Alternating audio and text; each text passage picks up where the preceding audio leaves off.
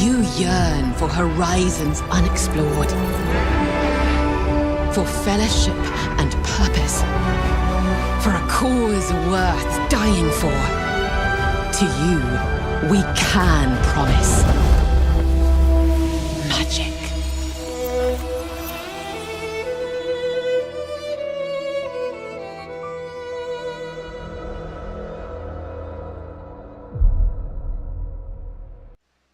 Hello everybody, and welcome to another episode of Guild Wars 3 Daily. I hope we're all having a good day. We're all enjoying ourselves. Let me just check something real quick here. I am prepared with a bunch of questions. Do you know something that keeps happening?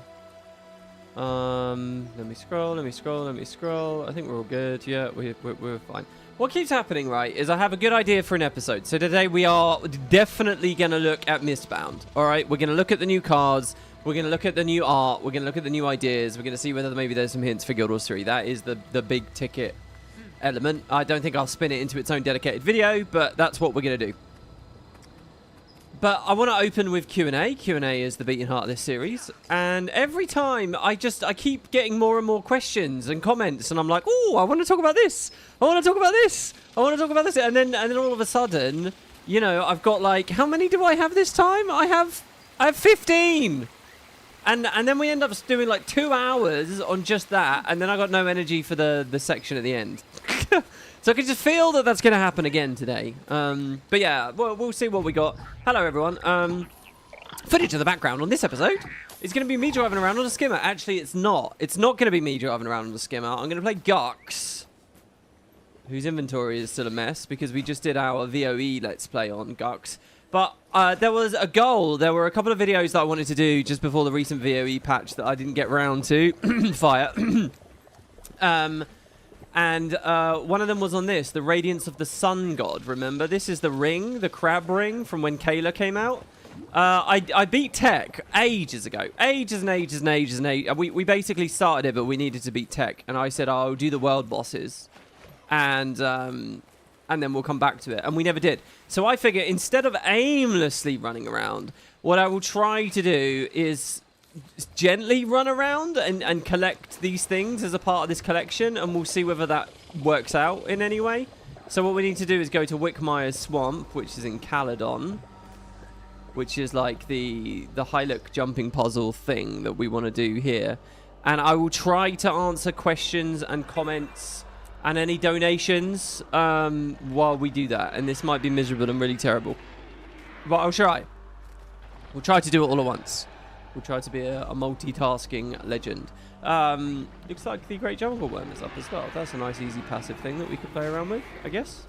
So yeah, hello everybody in the chat. Everybody yearning on another episode, another day. Continuing on with the World Cup, the Steam Summer Sale has just begun. The Guild Wars franchise is on sale as well, by the way, at the moment, over on Steam. Now, I have affiliate links in the description if you guys are looking to pick up new elements of the franchise. It might only be on Steam that's in sale. I don't know. They have some kind of a blog post going on. So, yeah, you guys can check that out. There are some other good little sales in there as well. I'm tempted to get Dishonored. Dishonored, I hear it. Kerry says is a very good game. She played it on console. And I noticed it's like £1 or something. It's like £1. The Plants vs. Zombies remake as well is also on a very deep discount at the moment. A couple of VR games. I don't know. Some stuff. But yeah, you're yearning for a reprieve from those temperatures, but no, the worst is to come over the weekend. Is it really? Is it going to heat up this weekend? I hadn't actually heard that. My god, this is so annoying. All of my fucking skills are on the wrong binds. I keep hitting Q to go into Shroud, which is what I like. I like F1 on Q. F1 on Q just feels good, like in terms of where it's physically mapped on the keyboard and everything. It's not that different to tapping 1, but it is different. The problem is, when there are F5s, I like F5 to be on Q. So I was using an Arc add-on, which meant that I would get a different bind based on the spec that I play. But it's really annoying with updates, and it breaks, and then you have to go back through all 9 classes and fix it, and blah, blah, blah, blah. Anyway. Yeah, so I've got a bunch of really, really cool questions. As for the heat, a lot of you guys are saying, I can't believe you guys don't have AC. I would have AC. It's quite common in the UK now, I think, to buy a small AC unit. Having a full, like, system, what do they call it? A HVAC system, where you have, like, vents going through the house and all that shit like they have in America. That's not as common in the UK. Definitely not. But just buying one of those units where you hang a pipe out the window, they're very, very, very good. And I've used those for years. But they're not at this property. And so that's the big difference, really. That's why I'm struggling with the heat. In fact, I actually have a fan blowing cool air directly into my face right now. And I don't know whether that's something you guys can hear. Hopefully you can't. Guild Wars 3's been out for 2 years. Wait, what are we talking about? What are we looking at? We'll be looking at Mistbound. We'll be checking that out. I noticed WP, by the way, Banju in chat earlier said, I noticed WP wants us to shy away from certain chat memes. But he never stopped saying pay pig. Oinka confirmed. Well, I do love pigs. It's true. I watched a movie last night. It's a 10 out of 10 movie featuring a boat and featuring the ocean and featuring a shipwreck and featuring a romantic story between a man and a woman with British accent. The woman has a British accent. I am, of course, talking about the 10 out of 10 movie Pirates of the Caribbean. Okay, I don't actually think that Pirates of the Caribbean is a 10 out of 10 movie. I think Pirates of the Caribbean is an 8 out of 10 movie. Maybe a 9 out of 10. And it only loses a couple of points because it's a bit hammy at the end. But there's a scene in that film where we first meet Master Gibbs. Well, we don't first meet Master Gibbs. We meet Master Gibbs as a pirate in the Isle of Tortuga. And Jack Sparrow and Will Turner splash some water on him to wake him up.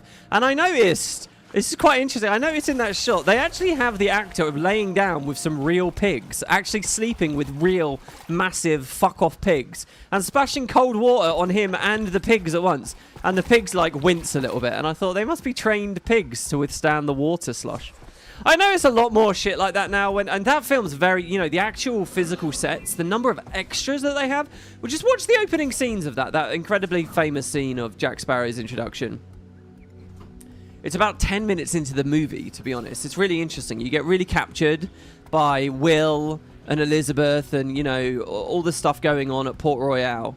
And then finally we cut to one of the other main characters, and it's Jack, and he's like comic relief, and it's incredible on a rewatch to witness that moment and be like, holy shit, this is one of the main characters of the movie, and we're only just getting to meet him. Anyway, you know, he's going into the dock as the boat sinks and all that.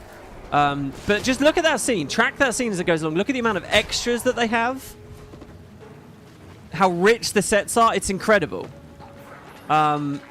I really, really appreciate about that film. I'll tell you what I actually like the most narratively about that film on this rewatch, because you always notice different stuff, right? I actually think, obviously Barbossa is the greatest character. And, oh shit, what's his name? Who's the actor portraying Barbossa? Easily steals the fucking show of that entire film. The last moments there where he says, I feel, because he's finally mortal again. And we cut to the shot of his chest, which mirrors the previous shot of his chest where the wine was just sloughing through his naked ribs. But now he's a man, and you see the blood, and it's the red liquid again, but now it's not wine, it's blood. And he says, I feel, and he's so jubilant and elated that he can feel something, but ... cold, because he's dying.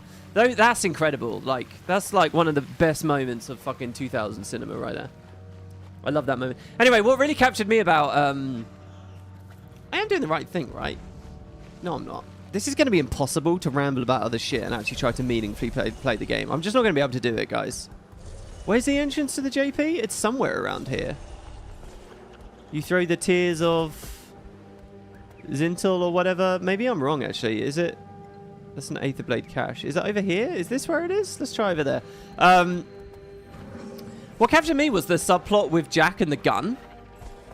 You know, because Jack's such a comic... What I think's really clever about that character in just the first movie, because we've all seen how the characters can't really be a leading man and stuff in the recent installments.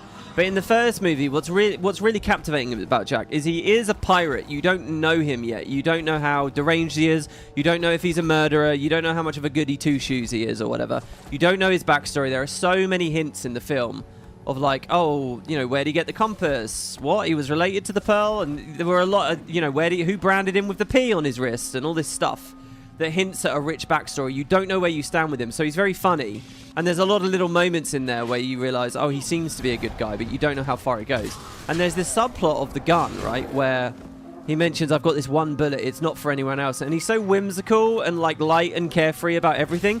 But with the gun and the one bullet, he's incredibly like focused. And it's really cool to track that. You know, there's that moment where they push Elizabeth into the water over the plank and she's really scared and she won't do it. But when Jack gets on the plank and Barbossa just throws his gun in there, he immediately dives in, right? And then at the end, there's the moment just before the I feel cold moment, there's the gunshot. And you see Jack is like dead serious in that moment. He's fired the gun the instant he had to. You realize he always had his eye on the prize. There's a lot of whimsy in it. Looked a bit silly, but he always was focusing on it. That's just really fun, and that's really captivating to rewatch. And that's what I enjoyed about that film last night. Okay, let's move on. I don't know what I'm doing. I don't know where the entrance is. The Dengatal grounds? Yeah, it's here. We found it, finally. I found it. I found it, guys. I managed to rant about Pirates of the Caribbean. Not Guild Wars 3. And then we throw the boulders at the gong. Is this the gong here? That's the gong there. And that opens the door, and we're in. And yeah, check it out, guys. Little known movie. Little fringe movie. 8 out of 10 movie. The only reason it loses a couple of points for me is it gets a bit hammy. It gets a bit quippy and a bit one-linery, and I think some of those elements haven't quite held up for me as I've got a bit older or whatever. But, yeah, really good stuff. There's a POI. Yeah, we got it, guys. We got it. We figured it out.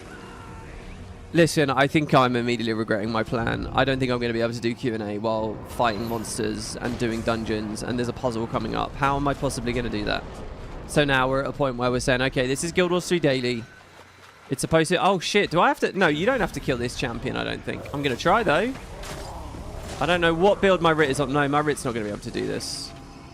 Because it's like a raiding QDPS build with very little QOL. I will try. Let's get our heal in. If we can get enough damage quick enough and kill it quick enough, we'll be alright. Okay, power creep saves the day. Alright, well, and that was totally optional. We didn't have to do that. It's this way. It's not entirely this way. It's funny, the fan I have blowing on me is making like very high-pitched whining screechy noises, but they sound a little bit like tree frogs. It sounds a bit like tree frogs in the context of playing the game. Is this right? Yeah, okay. And then we need to match the eyes. Shit like this, guys, was fun about Guild Wars 2. And I'm very excited to see Arenanet do a modern versions of it. So we want 3 tiers here. And then just 1 in the middle. That should be it. And it is. We lit one of the fires. So now we want to change it. So we want to move this one here. We want to remove this one. And this one. And now both torches are lit. And now the pattern has changed. So we want to move that one there. We want to remove this one. Yeah, there's no way. There's no way I can do a Q&A. I saw one of you guys had a suggestion of me, like, throwing footage from old videos up at this time. Look, I have a great archive of trailers and stuff from Arenanet. I don't have an archive of all my own stuff. Do you know how much shit that would be over fucking 20 years of making videos? It would be terabytes and terabytes and terabytes. Oh, there we go. We lit that one. I don't have all that footage, so it would be ungodly amounts of hard drive space, which I don't have, and downloading, which I can't do. You know, well, I could do. It would take a long time. I think it's better that we try and find some kind of a middle ground. What we really need is some really brain-off Guild Wars 2 content that, like a world boss train or something. I don't know. Or we just accept the fact that we're doing visual world tours.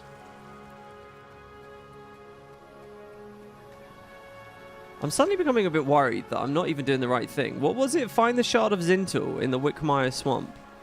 We're in the Wickmire Swamp. Oh, there you go. How is that a Shard of Zintal? It's so not a Shard of Zintal, but okay. And then it would be go to Gelaco Cliff Rise and stuff. I don't think I can do it, guys, because I'm going to have to wiki shit as well. What I can try to do is record some of this off screen and then throw it up as B-roll in the background, but I haven't done that yet, so yeah. I don't remember there being Aether Blades here either. Since when have these guys been here? Will the door just open for me? Oh, we press F to exit. Well, there you go. There's a little bit of gameplay, a little bit of additional gameplay for you. This quest has a lot of sun-related things. I think the Mystic Forge text is great. You wonder if it's Guild Wars 3 sun and moon stuff. Yeah, you know, that's an interesting connection actually. The Hylic do have the whole worshipping the sun thing. Oh, there's a question people have been asking me constantly. I mentioned Ogre of Ross, the Moon Death, ages ago. And a lot of you guys have been saying, wait, Ogravos the Moon Death, what about Tequatl the Sunless? Sun and Moon, 2 Zhaitan dragons, dragons in ore, Zhaitans in ore, blah, blah, blah, blah, blah. I do not believe that actually... Okay, Ogravos the Moon Death is actually vulnerable to not meaning anything, in the same way that Tequatl probably doesn't mean anything. For those of you who aren't familiar, when Arenanet used to do the convention demos of Sparkfly Fen, which I alluded to in the last episode of Guild Wars 3 Daily, they were pretty explicit about the fact that Tequatl the Sunless has that name because the modern Hylic in the area gave it that name. They're obsessed with the sun, and it was like blotting out the sun or bringing sadness or darkness or whatever, so that's like their name for it. They named it Tequatl, right? If you even think about the word Tequatl, that's like not the name of the dragon that existed before, yet it was reanimated. No, this is just what this society, 250 years on from even GW1, ended up naming this beast, Tequatl the Sunless. So I don't think it's got anything to do with the Orions or what the dragon's original name might be, or it might have had some big astronomical connection to anything else. It's just what the Tequatl named the fucking thing. That's it. So then you can say, well, what about the Moon Death, WP? I'm much more excited about the Moon Death because that is a dragon that we just met in the skies above Ara, and it's like, okay, so where's this name come from? Maybe this... And by the way, I think the in-game meta event does, and NPCs, the heart NPCs in the area, might clarify the whole Sunless thing. The Moon Death is like there and all, so who named that one? But it is at risk, as I just mentioned. If we're going to accept that Tequatl the Sunless was just named by the Hylic, maybe the Moon Death was just named by the Hylic. There are Hylic that are a part of the pack. There might even be Hylic on some of those ships as we fly past them. I don't know. You know, maybe this is just another dragon that terrorized some area of the world, and... I don't know. The Hylic don't have an obsession with the moon necessarily, but they might have named one and the other. There's a doylist answer, right? Which is to say, okay... Arenanet came upon the name Moon Death when they were looking at Sunless, and they just wanted to sneak it in there somewhere. But even if there is that doylist explanation, that doesn't matter to me. In universe, they can still find an interesting way to connect the things together. So I still like the idea of the Moon Death. And if this whole thing about the project name for Guild Wars 3 being Moon and all that is like a big deal for the lore, then yeah, and the Grenth connection and all that shit, I think that's pretty meaty. There's a Hylic in the Ara story mode for sure. The one that says, it's Zhaitan! Is that a Hylic? Or is it a Quaggan? Do you know what we could do? We could aim for map comp stuff. That's pretty brainless. But maybe I can focus on Q&As and stuff. We had a donation! Kinky Mal! Kenky Mal, thank you so much! £15.93. That's a very interesting number. And it's not because of a currency conversion, because it's pounds and pence. New month for my money. Hopefully we can break that barrier soon. Wait, I don't understand what you mean. Oh, look at that. You put us to £1,400 exactly. Holy shit, dude. That's amazing. Yeah, we are nearly halfway, guys. Nearly halfway. £1,400. Thank you so much, Kinky Mal. I wish you'd asked a question. All right, let's get in. Speaking of questions, I got a million, and I want to talk about Guild Wars Mistbound. So let's see what we have here. First of all, we got SL5945.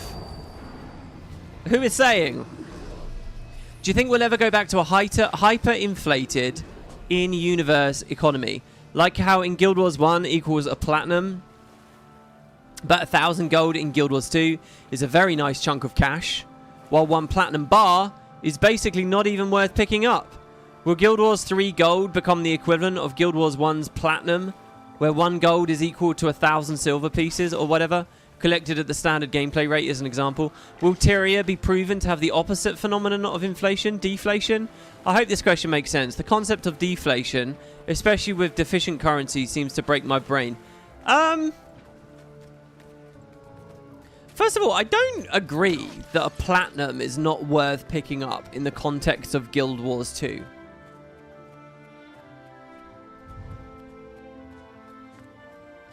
I think they do talk about platinum rarely. I could probably run a search on Wiki right now, right, for the word platinum. And I think they do rarely talk about platinum. And they talk about it like it's a big deal. You know, it's like, you know, when people buy houses with platinum in Guild Wars 2 and stuff. I think it's still around. I just think it's not a gameplay feature anymore. And they went with the bronze. Is it bronze or copper? I'm pretty sure they're bronze coins, aren't they? Silver and gold, which I was excited about, by the way. This was kind of another thing. This was like going from 20 levels to 80 levels. It was kind of a thing. Okay, this is what MMO players expect, so we're doing it this way instead of the platinum thing. I like the idea that with Guild Wars 3 we go back to platinum. I think that could be really cool. In terms of deflation and where the actual numbers lie and how much we earn as we go, I don't know. That just depends on where Arenanet is. I personally like the idea of visible but largely unattainable currencies, because they're fun chase goals and they're fun to like hoard and they're fun to work towards. So like with Guild Wars 2, I liked it right at launch, where the idea of having a gold was really rare, and a lot of transactions were happening in bronze and silver. But that lasted literally a matter of weeks, you know, and then it started dying away. And now nowadays, you know, a single Black Lion skin is 200 gold and shit. And I think inflation is inevitable. I think Arenanet hopefully have learned some lessons over the years and how to refine it and keep it in shape and, you know, work with it. But it's very hard. It's very hard to do. And I've heard a lot of news over the years of you know, didn't we hear for a while that Guild Wars 2 didn't have any economists or whatever? Didn't they have someone whose job it was to be like the economy czar, if you will? They were supposed to be in control of all that shit, and then didn't they leave? And then there was no one. I don't know. I don't know what we'll see with this one. But if they go back to gold, silver, and bronze, but don't bring platinum back, I'll be disappointed. I think it's a great opportunity to bring platinum back. People like it, right? I mean, I'm even an advocate for seeing that in Guild Wars 2. We have another donation, $99. Holy shit, Callister Knight. Oh my god, talk about being at 1,400. We're suddenly already up at 76. Dude, that's insane, thank you. He says, here's halfway. Oh wait, no, is that how we got to 1,004? Oh no, I see. You gave me $99. You expected it to be identical in pounds and all that. But still, thank you very much. Here's halfway. Big dono, no question, just like you love. Fuck's sake. Honestly, just a thank you for the years of entertainment. Thank you very much. And hey, here's to many more. That's so kind of you. Thank you. That's not a small amount of money. I don't like this big goal. I really don't like it in a lot of ways, because someone will be unbelievably generous like that, like fucking $99. And then it feels like it's a drop in the ocean or whatever. That feels wrong to me. It also, I think, if you get someone just coming along on these later episodes, they're going to look at that huge number. And even if it's been going slow for a long time, they'll look at the huge number and they'll think, well, this guy's clearly getting donations everywhere. He doesn't need mine, right? So that's not good either. I don't know. In a way, I wish we didn't do this. But, you know, thank you so much for that, dude. That's so kind of you. Thank you. Rocker with the €2 as well there. Again, he's throwing those coins at us, guys. He's here to represent the micro dono community. I think you are the micro dono community. Oh, God. Thank you very much. Honestly, that's very kind of you guys. No question is kind of a good thing, though, because I got a lot to get through. Let's run into this one here. This is from Papa Bungle. We got a lot of good subjects here. So, rounding out the AA, AAA thing. So, in the last part, someone proposed that Guild Wars 2 started as AA and went to triple. And I said, no, it's the other way around. It started as triple and went to double.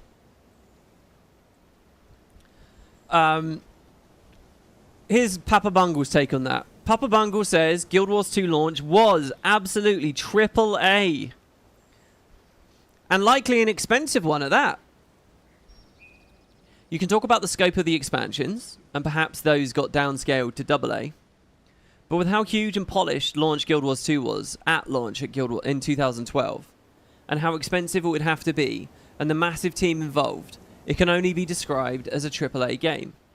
MMORPGs tend to never have a cutting-edge graphics, even as AAA games, just due to the nature of trying to develop something that massive and that detailed, while also being accessible for players. Rift, a significantly smaller and less polished MMORPG from the same era, by the way, we know cost over $50 million to develop, which puts it in above something like Call of Duty Modern Warfare 2's development, $40 million. Hold on, though. Were they from the same area? Wasn't COD Modern Warfare 2 a lot older? Because obviously the point is these games have been getting more and more expensive to make as the years have been passing, right? So if Modern Warfare... What's Modern Warfare's release date, guys? What Modern Warfare 2? I thought that was like a mid-2000s game before budgets went insane. Anyway, let's let him speak. Let's let the man speak. Guild Wars 2 could have cost anywhere between $50 to $100 million in development. And $80 million is what The Witcher 3's dev cost was. That's a landmark AAA game just a few years after GW2's release.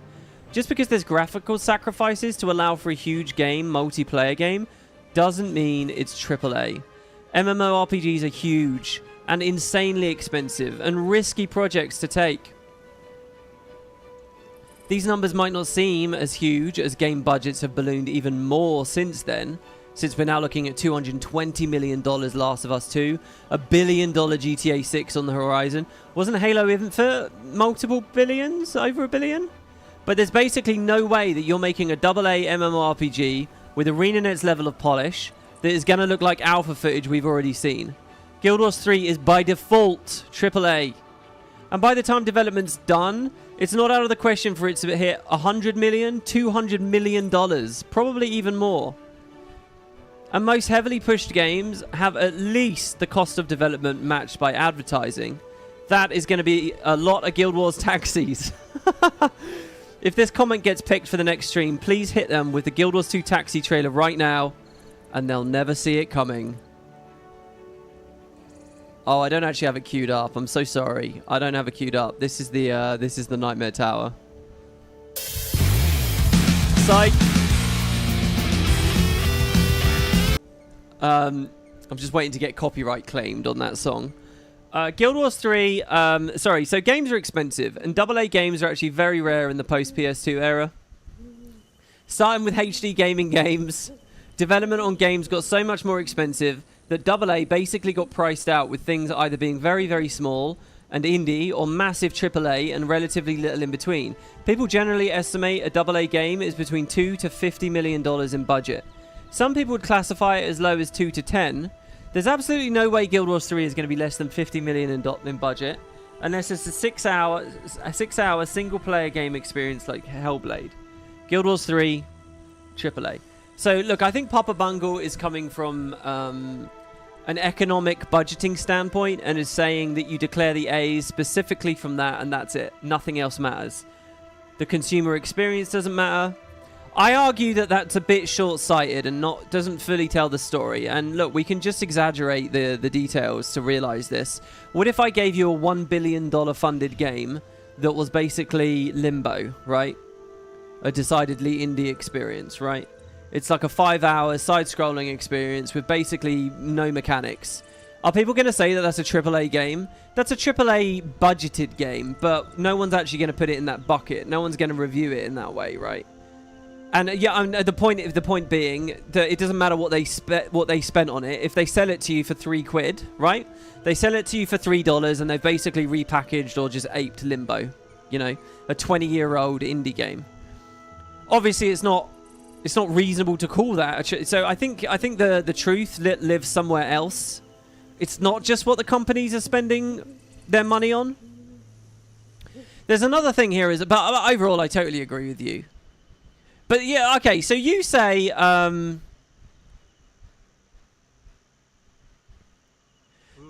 games are very rare in the post-PS2 era. Well, surely these terms we're using are supposed to be useful designations in order to set our expectations for the experience we're about to pay for, right? What we're about to play. Am I expecting it as a gamer to be AAA? Am I expecting it to be quadruple A? Am I expecting it to be something smaller? That's where AA becomes useful, right? But now you're saying AA games are really rare. They basically don't exist anymore. Well, surely we need to recalibrate what we think of AA as then. Surely setting an arbitrary $sign on this is not good enough.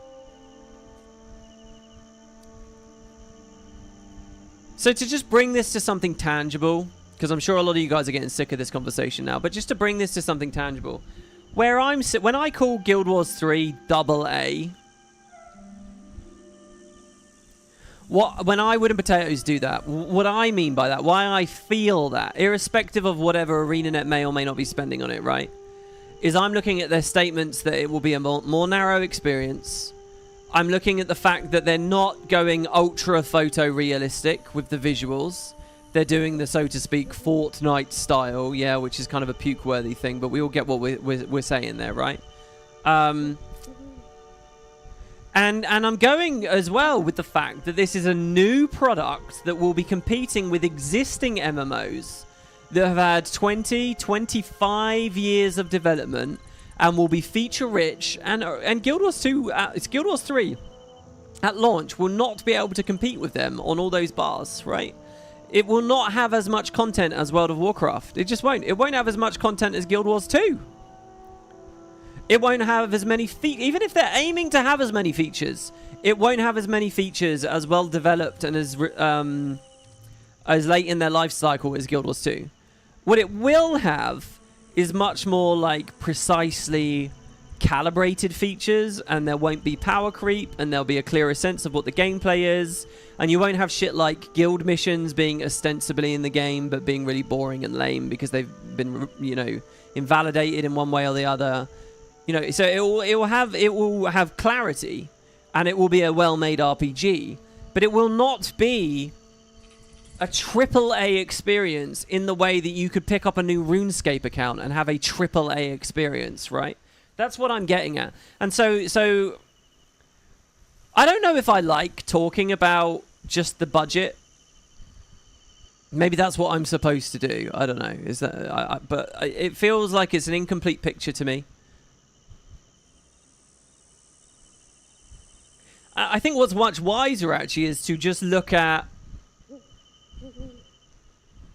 almost like genre by genre. Like, I don't care that Halo Infinite had $1 billion spent on it when it came from Microsoft. It's the most recognizable gaming property that Xbox has.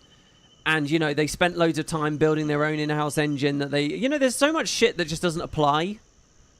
You know, and likewise with Call of Duty Modern Warfare 2, what I want to do is I want to look at MMOs, and I want to say, where is this going to sit in terms of quality among contemporary MMOs? Where's it going to sit? You know, think about it, guys. When we say quadruple A, when we say triple A, when we say double A, what are we doing? We're making a tier list. That's all it is. It's a tier list of expectations. Where are we hitting? Are you going to pay a lot of money for this for a really great experience? Are you going to pay a medium amount of money for a mid-tier experience? What are you going to do? Will Guild Wars 3 on launch be AAA among other MMOs? I don't know if I'm convinced by that. I think there you go. That's the final thought. I don't know if I'm convinced by that. I think I'm much more lodged on this scrappy idea and this this narrow idea.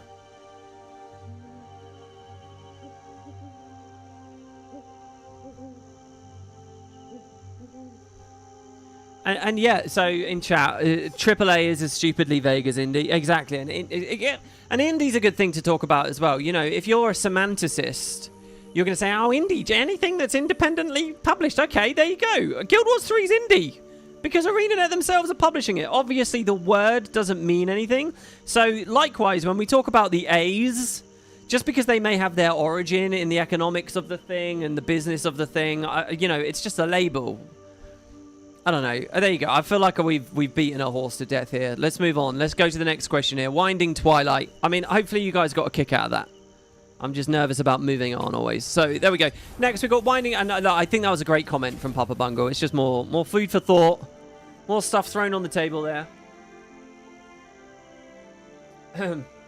Oh yeah, Claire Obscure. Claire Obscure is an excellent game because it really sits in that weird space, right, where people didn't know what to call the fucking thing. It grossly won. Didn't it win Indie Game of the Year or something? Isn't that right? It was winning like indie awards last Christmas, and I tweeted about this. I don't tweet very much. Follow me on Blue Sky. I don't tweet much, but when I do, it's always a hell of an insight, baby. All right, I'm telling you. I release premium tweets for premium gamers. Check it out. I tweeted about that. It's lost all meaning, the idea of calling something indie if you're going to give that shit to Claire Obscure. All meaning. Anyway, moving on. Winding Twilight. I would absolutely be 100% in support of Guild Wars 3 Daily actually covering all 3 of the games and more. So it's a play on the name 3. You're a genius. When did I get so many geniuses watching these videos? You're right. We can do it, guys. We can cover all 3. We can latch onto this for our arbitrary name. It's Guild Wars 3 Daily because we're covering all 3 games. Look, if I ever need an excuse to turn this into a Reforged Let's Play, we now have it. I love that shit. Brilliant. Mwah. Bravissimo. Next, Game Dev Truth, who's come at us with some heavy hitters lately. We were talking about payola the other day. Well, we weren't talking about payola, but we were talking about ethics with regard to back channels communications between content creators and studios, and the idea that just because you're streaming on Twitch, you should be privy to giving more feedback and stuff. Game Dev Truth says this with a cynical take, but I think it's fair to put these cynical takes out there. The content creator feedback is not better for the studios. It's a marketing strategy to inflate the visibility. If you as a content creator for their game on their partner program get your feedback listened to, you can tell your following, hey, everybody, they listen to my feedback. I talk directly to the devs, exclamation mark. Your followers will think, wow, that's so great. They listen to feedback. Let's engage more on the content online from the streamers so they can pass over my feedback. And that inflates your channel, which brings indirectly more visibility and revenue to the studio. It's basically some kind of pyramidal scheme. I don't know whether I'd go so far to call it a pyramid scheme. But yeah, that's the basic mechanism at play, right? And also, you know, it's just like... there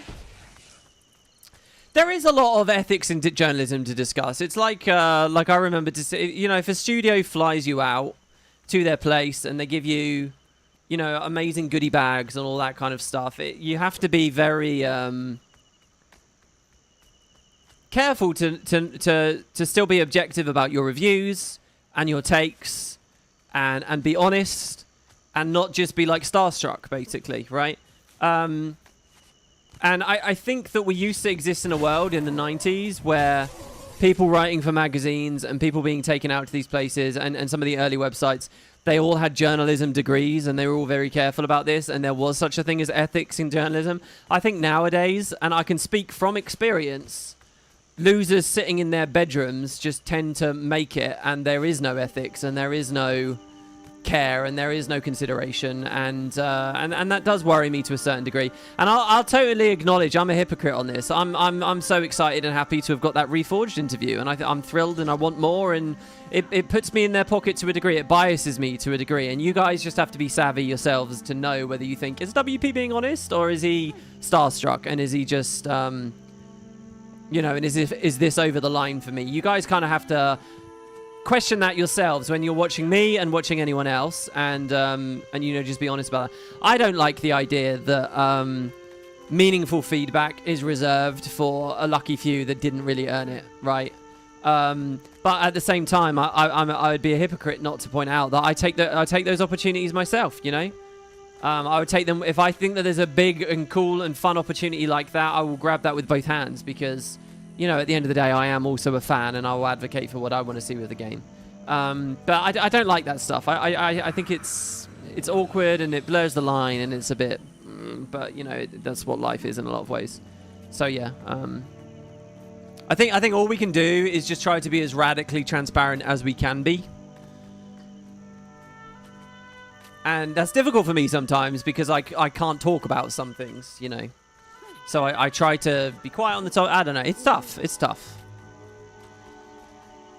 Moving on. 23BCX says this is a day old, so I'm going to bunch up all my comments. Oh, wait. We had a donation. I'm so sorry. Hold on. They skipped the queue. I need a soundboard. Seriously. Maybe I should look up getting a soundboard. I would love to play a little oink noise right now. There you go. That's WP oinking. We'll clip that and then we'll start playing them. God, it could get so wacky so quickly. Ben with another micro donation. Thank you so much with the $1.99. Thank you. Bella Delator with $20.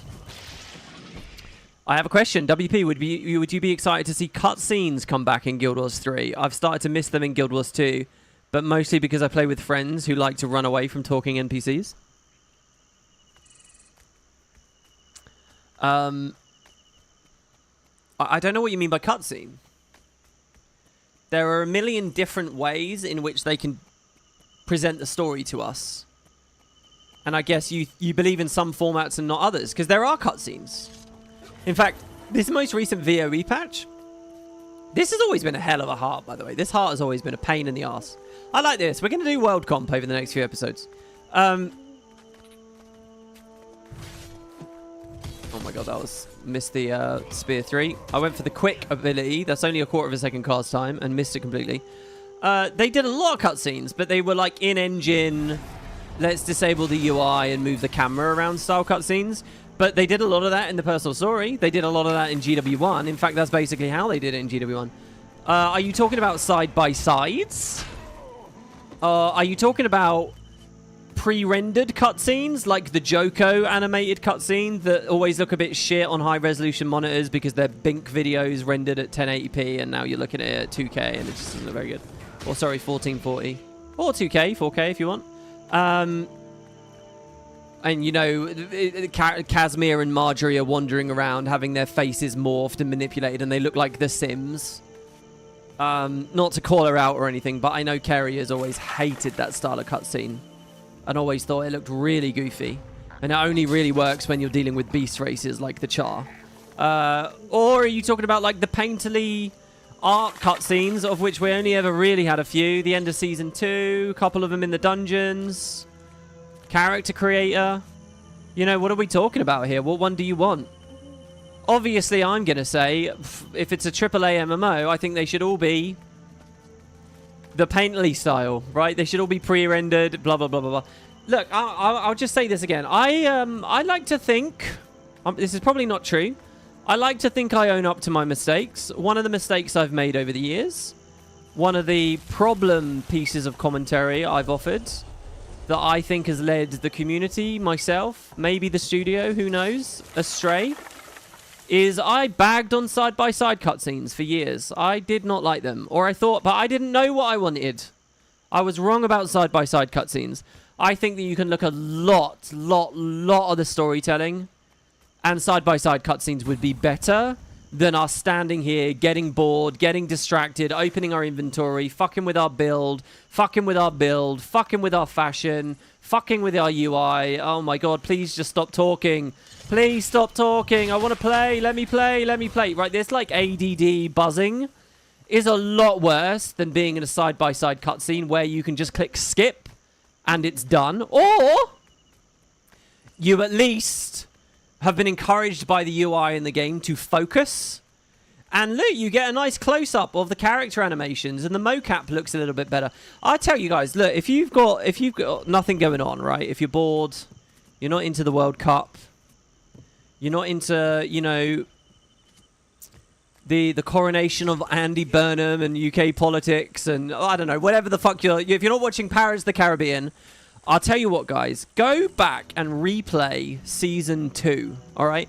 I want you to replay Season 2 where there are no side-by-side cutscenes, right?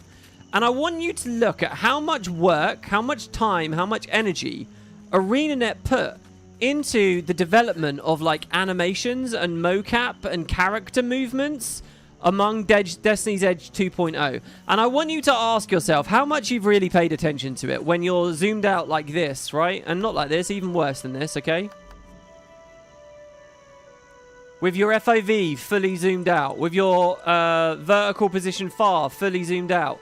And you're like this. This is the most optimal way to play. This gives me the most visuals, right? So here we go. You don't pay attention to anything that's happening. Side-by-sides you did. And again, I have a very strong view that the studio should be paternalistic about this sort of thing. And I'm a big believer in side-by-sides. I encouraged them for years to get rid of them, and I think it was a mistake. If Guild Wars 3 has another flavor of side-by-sides, but just with a few of the...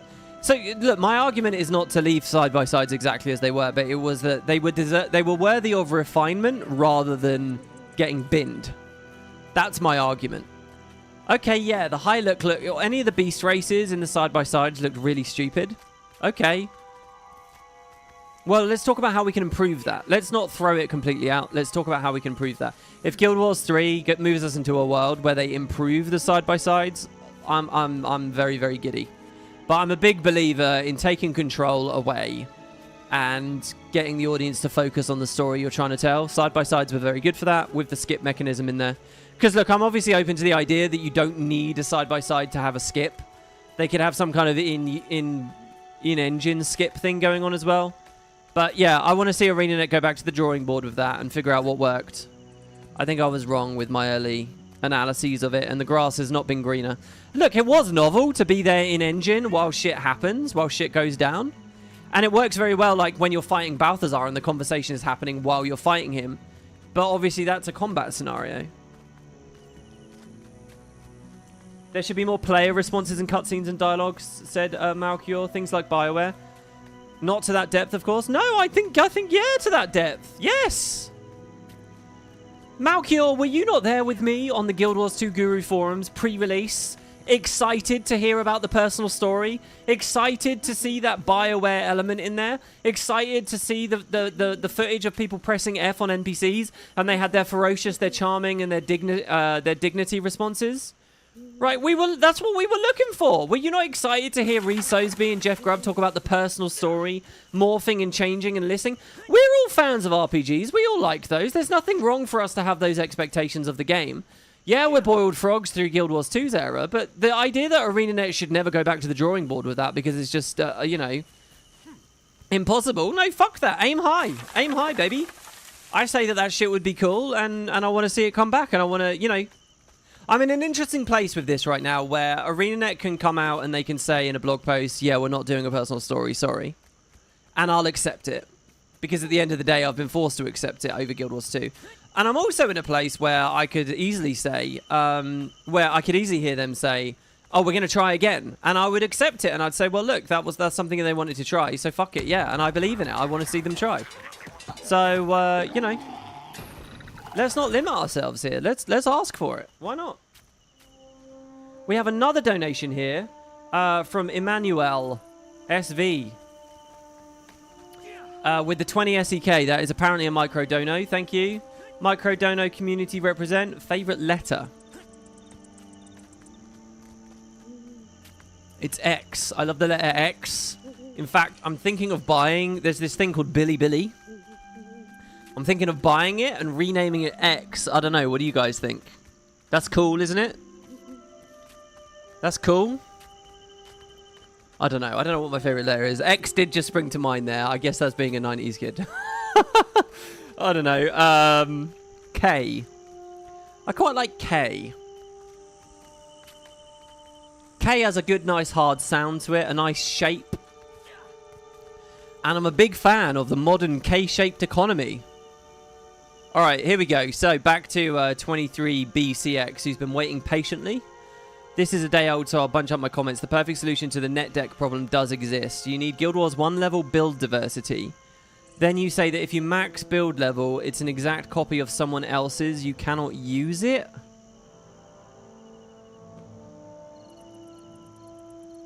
I have an IRL friend who plays Magic the Gathering, but only the 93-94 format. He only plays with cards that had a printing in 1993 or in 1994. Wow. First of all, that's really fascinating, just as like a thing. Is that something people do in MTG? Does he only play against people that are playing in that year? How hard is that for him to find people? Is that when he got into the game? This is quite cool. This is like me only collecting decimal coins. Oh my god, guys. The bank messaged me again today asking a question they've already asked. It's like we already settled this like 2 weeks ago.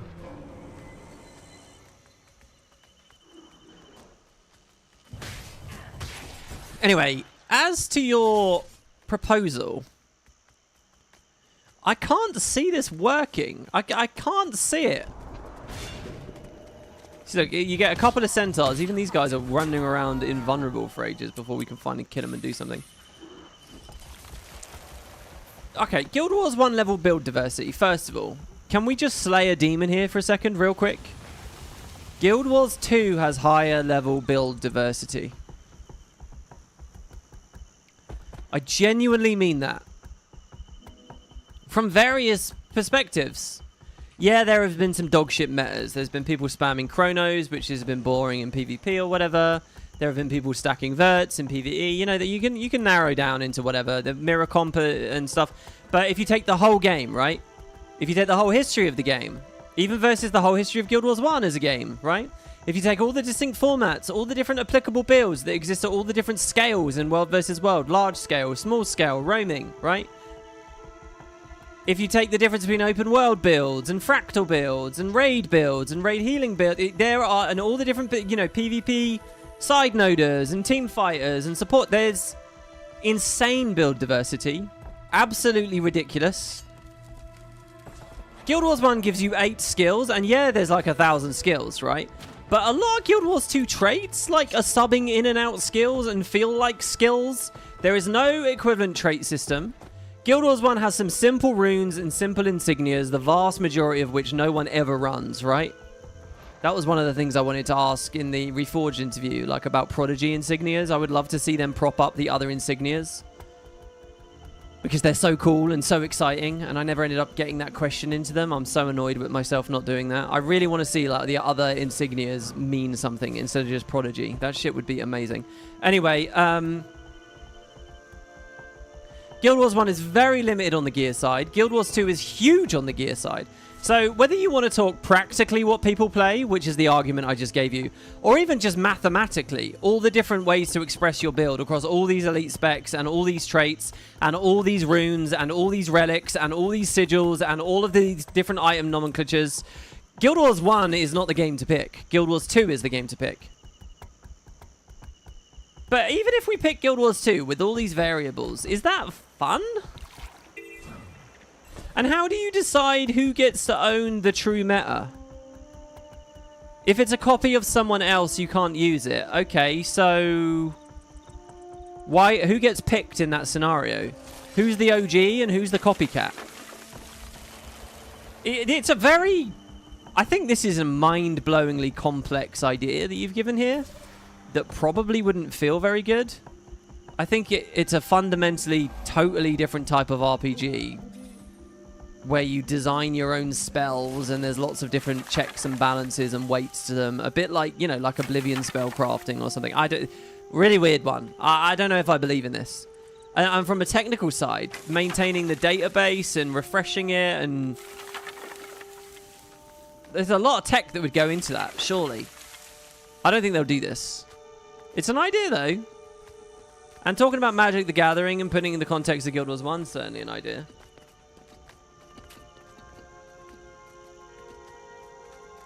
Should check out WP, World vs. World WP. It's Spear 2 on Ellie everywhere. So much lightning everywhere. Look, again, I'm not going to argue that at certain months and certain periods there are obvious metas that everyone swings to. But listen, guys, I'm telling you, that is a result of the frictionless design. That is what you will always get with Arenanet's philosophies. You guys get angry about the balance, but it's not that you're asking something impossible of the balance.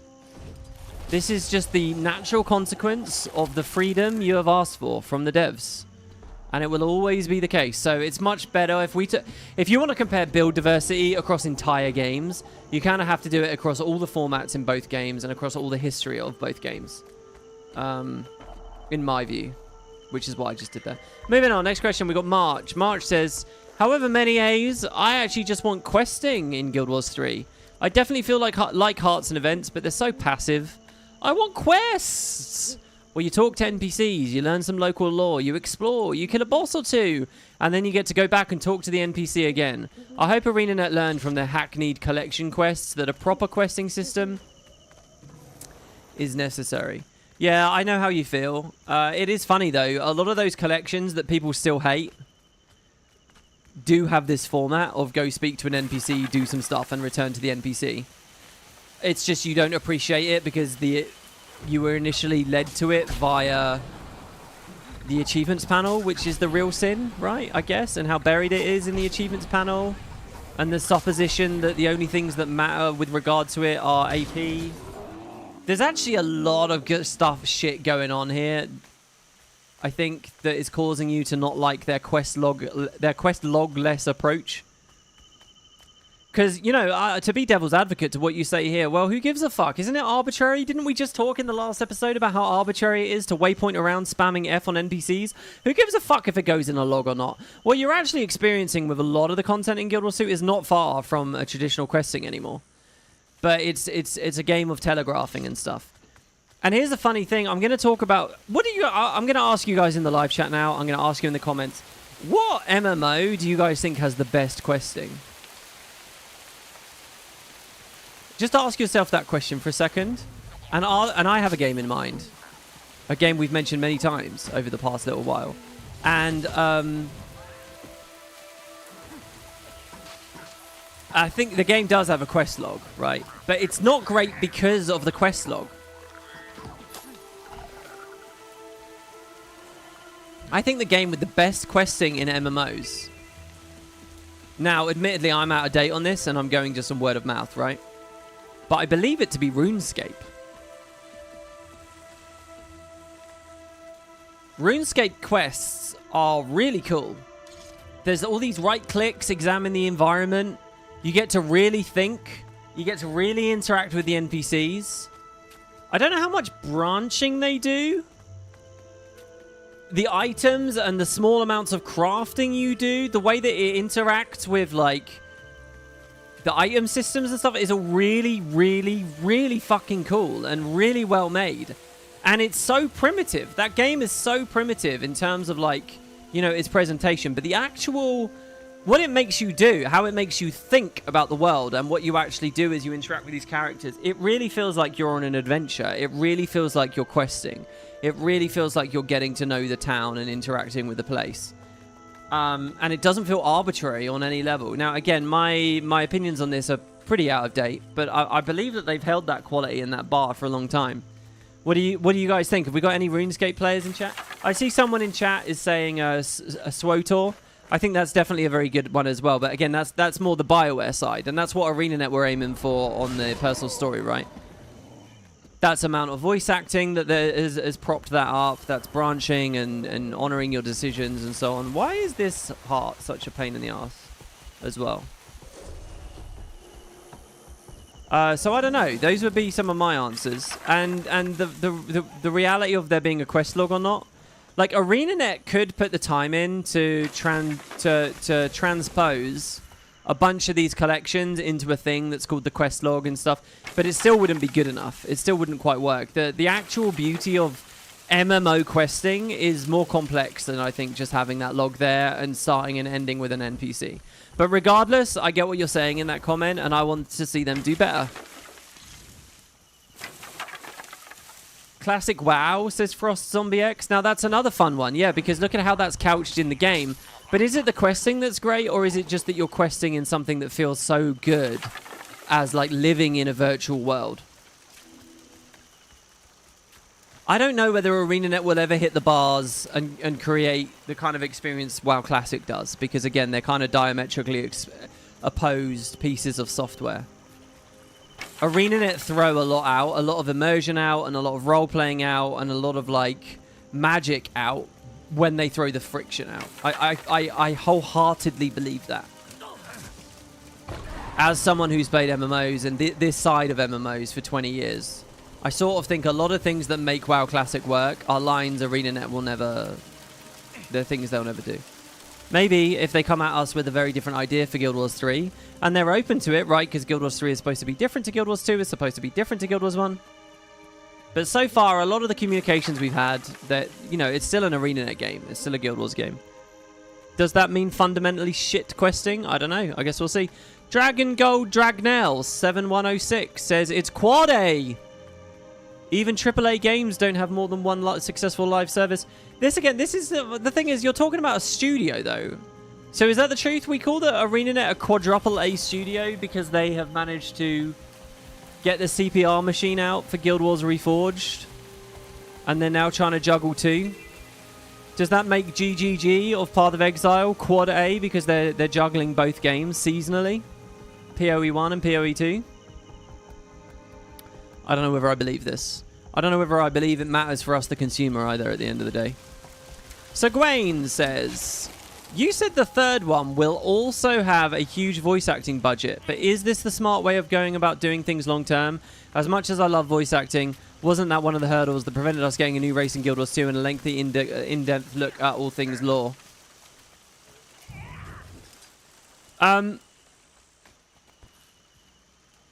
My answer to that is no, it's never been a hurdle.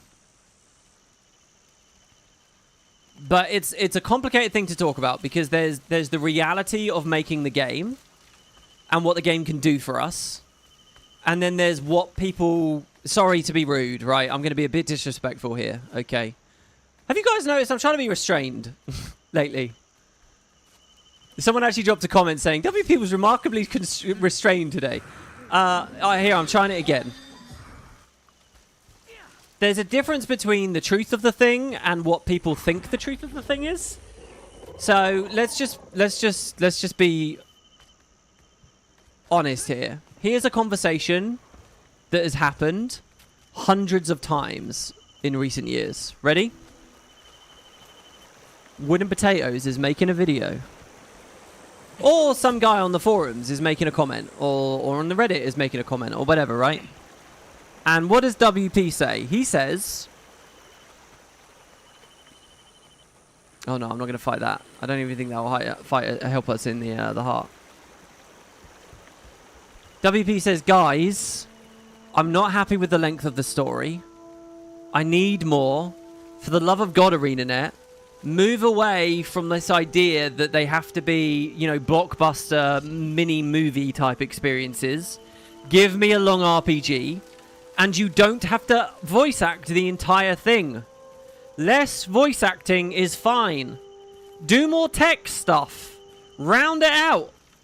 They're in the main, and I don't mean lore books, and I don't mean ancillary missable information. I mean main sequence storyline. I mean the NPCs that we speak to. Let me sit down and talk to Bram about being a wolf for a long time, right? Let me sit down and talk to Casimir about her hiccups for a long time, so that it doesn't feel like a cheesy, weird hee-hee kind of thing, but it's like this is actually kind of a cool part of the character that comes up a lot because I can really interact with her a lot, and I can speak to her a lot. And my argument is way more dialogue, way more interactions with the characters. Let me spend more time as a part of the main story. And I will say that doesn't all have to be voice acted. Less voice acting. And when I have made those comments, I have always meant in proportion to everything else. I've never meant kill all the voice acting in the game. I've never said do zero voice acting. I've never said get rid of it completely because it's holding the product back necessarily. What I've said is trying to have a high proportion of stuff voice acted. That's what's holding the product back. Okay, and I've made comments like that many times over the years, and the community has responded many times over the years with this. No, that's stupid. Wrong. That's a bad idea, WP. Wrong. I like the voice acting. I wouldn't play if there's not voice acting. No, I love voice acting. What are you talking about? I want voice acting. I won't pay attention without voice acting. But they're not the same thing. And it's been something I've always struggled to articulate with people. You can still have a lot of voice acting, right? But what I'm saying is don't skip out on the rest of it. And that's what Arenanet do. And we end up getting these 10-hour campaigns instead of these 40-hour campaigns, right? When you look across the aisle at a game like FF14, which delivers its story extremely well, if you look at their modern stuff, they have fuck tons of voice acting too. Like, if you watch a video of just, like, the Shadowbringers story, like, just the voice-acted cutscenes, it's like a 10-hour YouTube video. It goes on and on and on. The difference is that there's triple, quadruple that integrated into the main story of skippable voice-acted list stuff, right? And that's always been the conversation, right? So, going back to your comment here, hold on, WP, you're asking for lots of voice acting. Won't that hold them back? No. I am in a position where I'm arguing we should have both. We should have a lot of text, and we should have a lot of opportunities to really get to know the characters and the setting, the cities, the villages that we get to know, and then we will fall in love with the world. And it should all be coherently written, and it should all make sense. And not just like optional side stuff that most people are ignoring, right? And I also believe, by the way, if you write good enough story, people will start seeking out the longer conversations. FF14 is a shit game, like through ARR, but it becomes good. Eventually, people are wrapped up into it. Eventually, people watch a cutscene of something cool happening, and they think, okay, maybe I'll pay a bit of attention. And you can slowly bring them in. But you have to do the work. You have to write the characters. You have to have a wealth of stuff in there. And that's always been Arenanet's problem. It's not the amount of voice acting necessarily. It's their decision that voice acted stuff is all they need. I think they're wrong. And I think that that's been holding them back.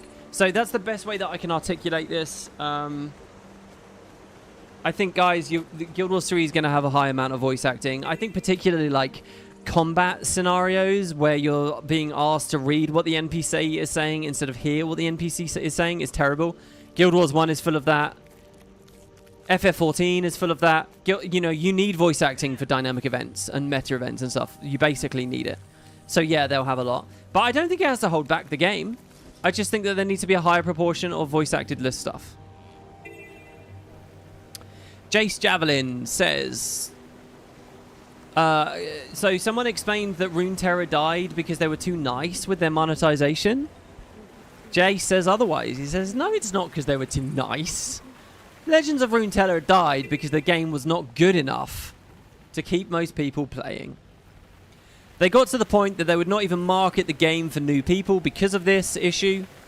And instead they focused on trying to get old players back. They called it the middle funnel focus or something when they talked about it on a dev post. Interesting. I mean, I don't have a horse in this race. I got no idea. The middle funnel focus? What do you guys think about that? I mean, I know Destiny is going through the same thing, right? Where they just had another round of layoffs over there at Bungie. And people talk about the content getting sunset. And the fact that, you know, the content locker, and you couldn't even be a new player anymore. You couldn't be a new player. And I've always raised my eyes at that. Was it really impossible for me to get into Destiny just because I couldn't play some of the early stuff? Guild Wars 1 didn't have the Season 1 for years, and I went on and on and on about it. But really, if we're being totally honest, you probably could get into the game. Even without playing Season 1, it just sucked, and it meant that people couldn't love the game the way that I could as a lorehound, right? So I don't know. I don't know where I land with all of these things. I do think, and okay, I'm going to be very disrespectful here. there is a not so small part of me that honestly wonders if sometimes designers just make bad decisions and writers write boring stories filled with therapy talk or whatever, right? Shit that I don't like. And it's just not great art. You just haven't made great art. Not every designer is a great designer. Not every texture artist is a great texture artist. Not every concept artist has great concepts. Not every story writer is a great, not every world builder is a great world builder. Not every character writer is a great character writer. And I feel like there's a weird thing going on with games review, games journalism, games critique, which this certainly is not. I can't even fucking speak. Where, like, developers and the little guys have immunity from this kind of criticism. It's always the suits, isn't it? It's always the publisher's fault.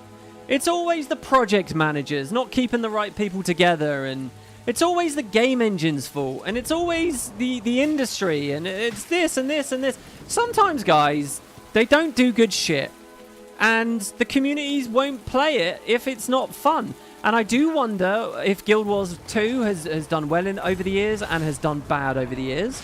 Sometimes if that's a direct result of the art itself. And I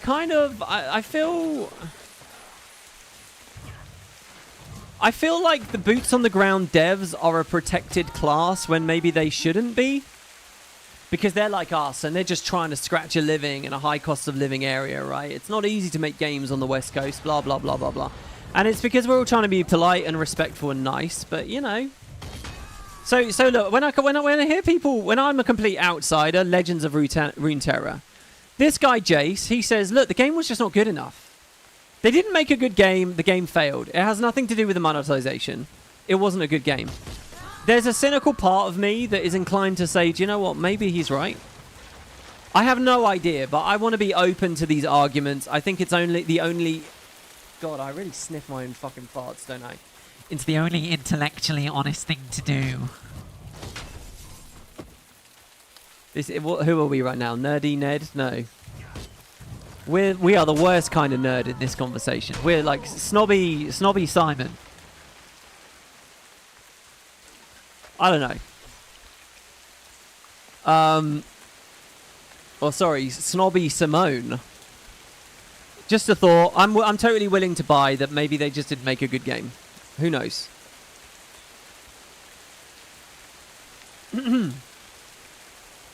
Holy shit, we have a big donation there from Hibbies with the 50 New Zealand dollars. Which YouTube has actually painted pink, which puts you in like the high band. Thank you so much. Uh-oh. Hi, WP. It's nice to see you being such a Lizzie with the Guild Wars 3 content. How would you do the Hall of Monuments? I feel like the armor sets, the minis, the titles aren't held in the same esteem as in Guild Wars 2 as they were in Guild Wars 1. You're absolutely right. They're not, are they? Because they're all over the place, because they got sold on the gem store, because they weren't transformative about the system in terms of like adding new fun stuff. You go to other MMOs and you can pose your minis and you can put the camera on them, and minis will play with each other, and minis will ride on your shoulder, and minis will do all kinds of stuff. And in Guild Wars 2, they just kind of dumped them in. Minis were really exciting in Guild Wars 1 because they were just the yearly birthday presents, and that was like, that scarcity created a lot of excitement. And as these things go, over the years, that scarcity tends to disappear as they use them to appeal to you, to make you play content, make you log in.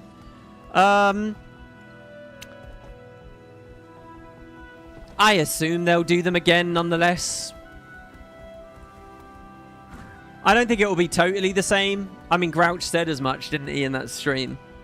But I think you've scratched a story here, which is that how excited are we going to be about the Guild Wars 3 Hall of Monuments? I'm going to be excited about whatever is prestigious and takes a long time. If I can take my achievement point reward titles, I'll be pretty happy. Like the Ascended Achiever, this one, for getting to 50k. Not many of us have that. That would be pretty cool to be able to display my 50k in Guild Wars 3. I mean, Christ, if I could just literally display my Guild Wars 2 AP in Guild Wars 3, I'd be more excited about that than probably any Hall of Monuments initiative that they do. Seriously. I'm proud of this, and I think that in 10 years in Guild Wars 3, that'll look pretty cool. Or if it goes up to 60k or something, you know. Which I am on the record of saying I probably will never hit. It's so slow. It's so difficult to get. But yeah, I don't know. I think there will be changes, obviously. I can't exactly remember what Grouch's quote was. What did he say is going to change about it? Insufferable Isaac. That's good. Yeah. Insufferable Isaac, indeed. How about actually Andrew?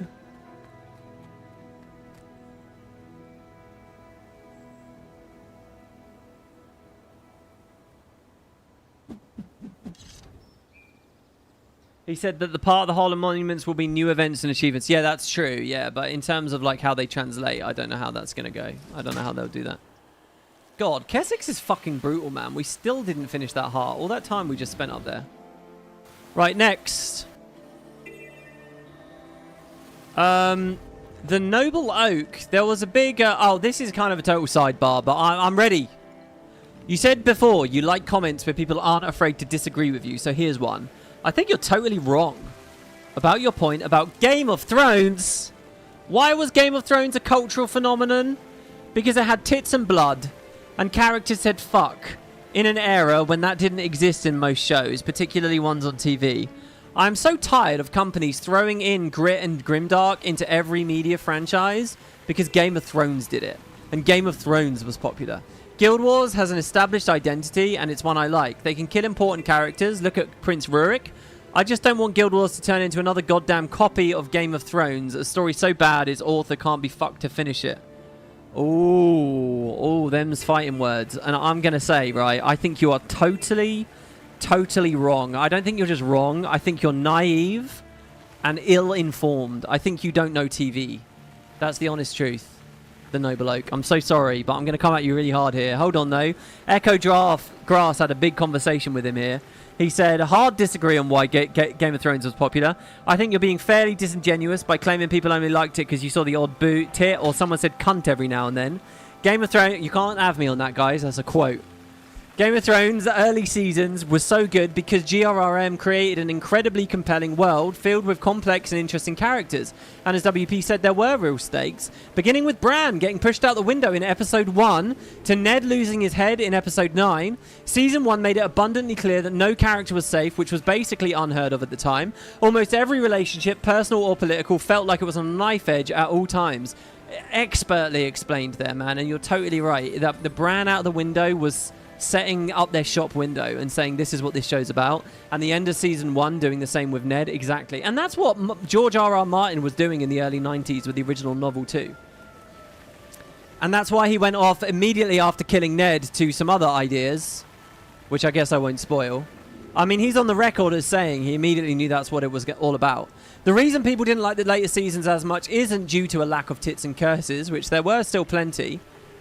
It was because the source material ran out and the quality deteriorated significantly. I don't disagree with your point that everything needs to be grimdark.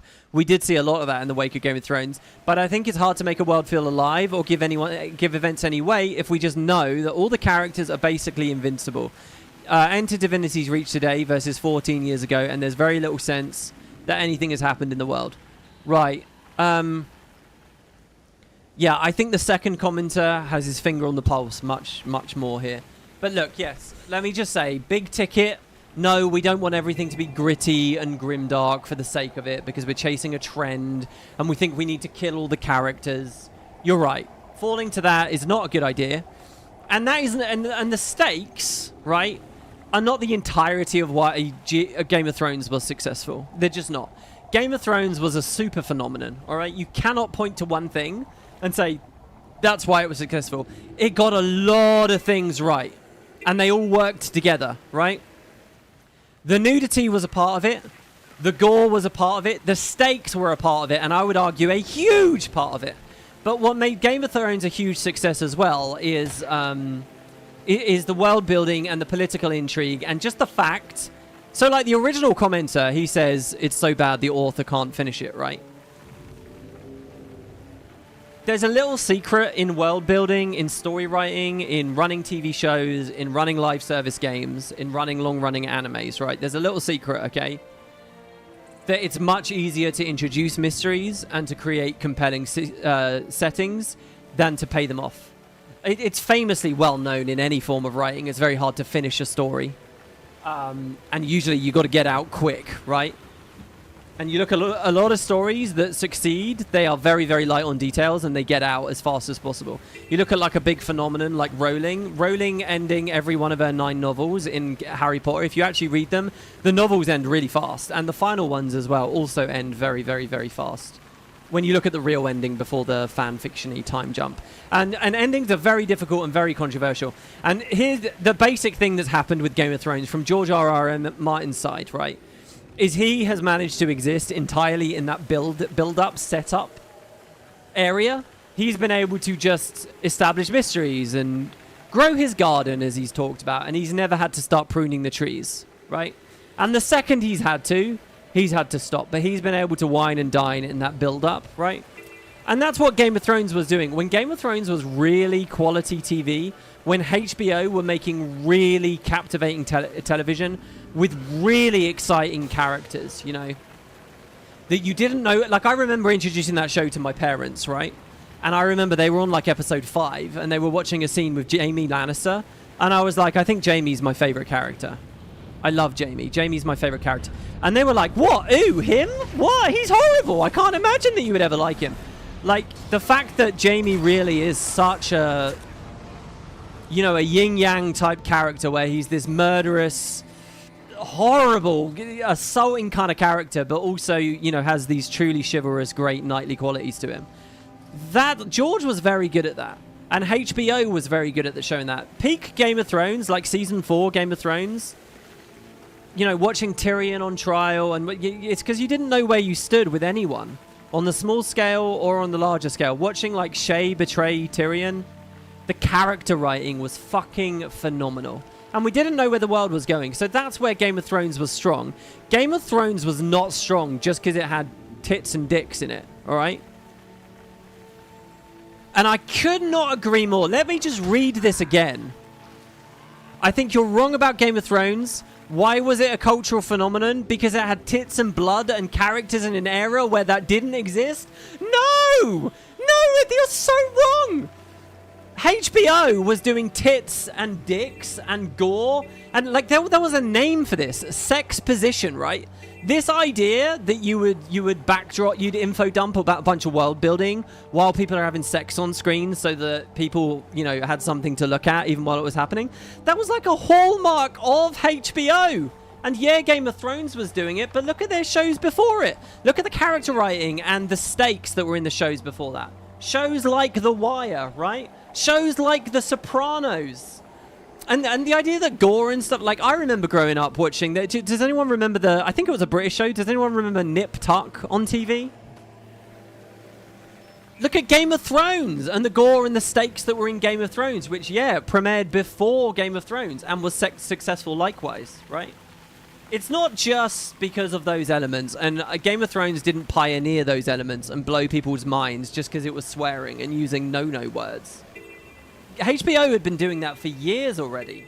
I've never seen it, but the Oz, isn't the Oz full of that shit? The idea that shit only came to television in the mid to late 2000s? Sorry, 2010s? Oh. Tell me that you haven't watched much TV without telling me that you haven't watched much TV. Man. Come on. Anyway, there was a nice, long, respectful conversation there. And, yeah. Let's move on. The Malik, let's go back to Guild Wars 3. All right, no, big ticket, I agree with you, though. Right, I want to be clear. Any exec, whether that being in gaming or what, that looked at that and said, oh, we need boobs and gore and people swearing, I think has made a huge mistake. Obviously, the greatest art, guys, and by the way, Game of Thrones, up to Season 5, is some of the greatest art ever made. All right, it really is. The greatest art is the greatest art because of his execution. You know, you can look at Elden Ring saying, oh, we want to get George R.R. Martin to build a world and then we're going to destroy it and then we're going to, you know. But the devil is always in the details. You can almost take anything and make great art out of it. Look at that anime about a guy being a vending machine, right? And that's an experiment in showing you that the concept, ideas don't even really matter very much. It's all about the execution. We have another donation here. We're never going to get to the main bit of the video, guys. Fucking hell, we're on 11 out of 15. Andrew Penry. God, insufferable Isaac. I think that's just what we are all the time, isn't it? True Blood came out before Game of Thrones. Was True Blood HBO as well? Spartacus, Blood and Sand. Nip Tuck was fun for a while. Yeah, didn't that like show like people's skin getting peeled back and stuff? I watched Louis Theroux's documentary about plastic surgery, and it was incredible. It was such a good documentary. It really showed the kind of people that are praying in America. Let's be honest. I'm sorry.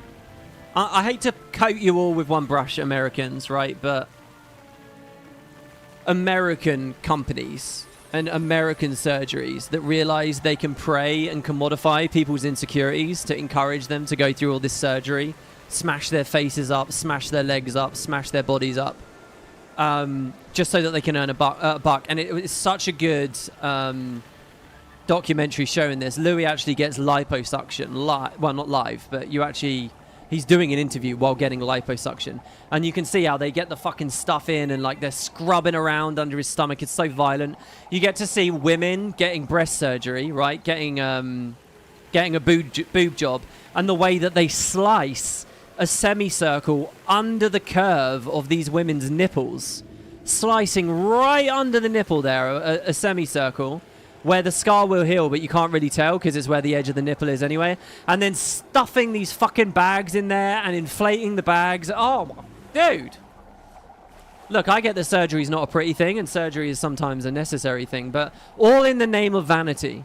All instead of reasonable therapy. And he really gets in the face of some of these guys and really tries to talk to them about the ethics of them, and you can see them bristling.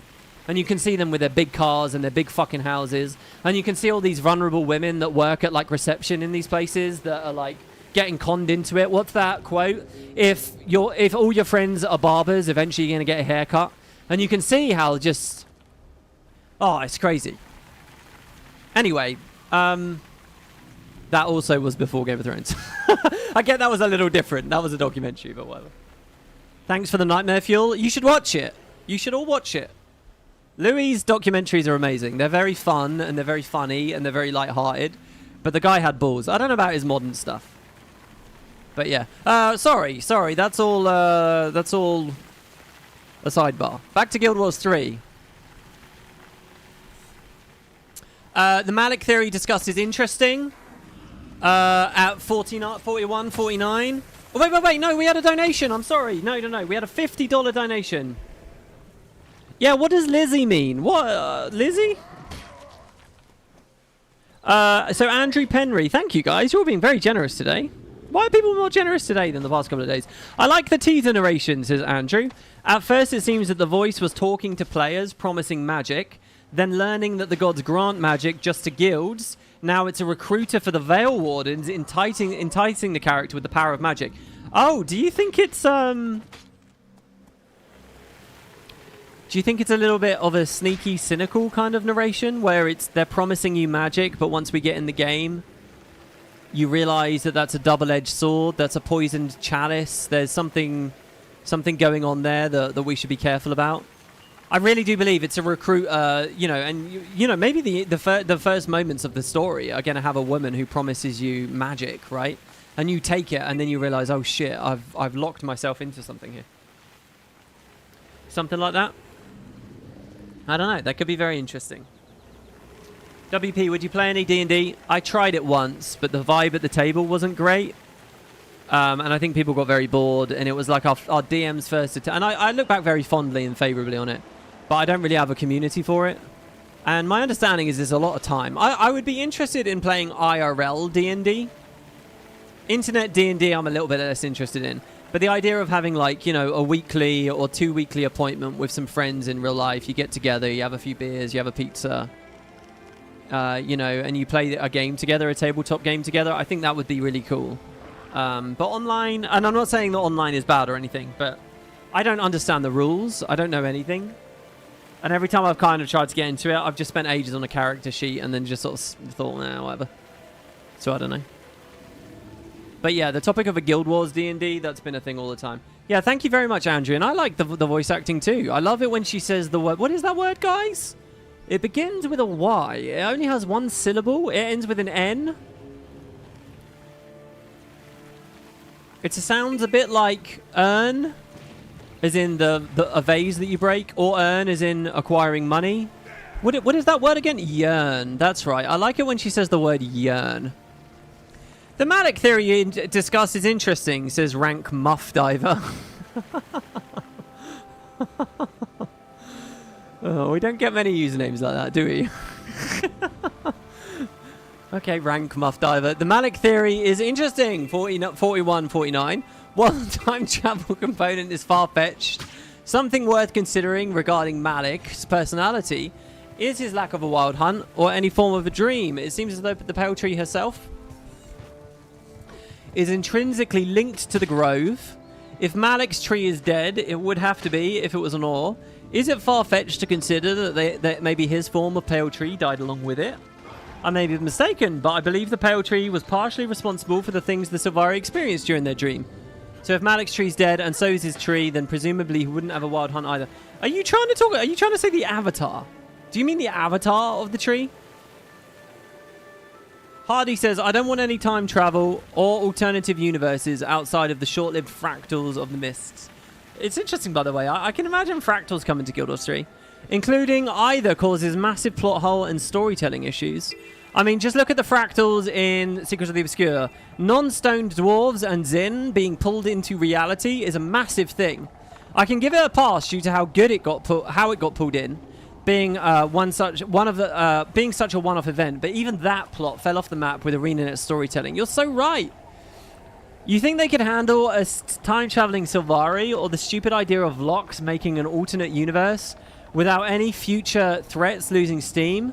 Because we'll just time travel or pull dead people in from another universe. If Malik is in ore, the only idea I'd accept as not stupid would be that Sylvari can actually be put in a form of stasis, being plants and all, that lets them survive hundreds of thousands of years before waking up again. I know you're not suggesting time travel or alternate dimensions. I'm just venting.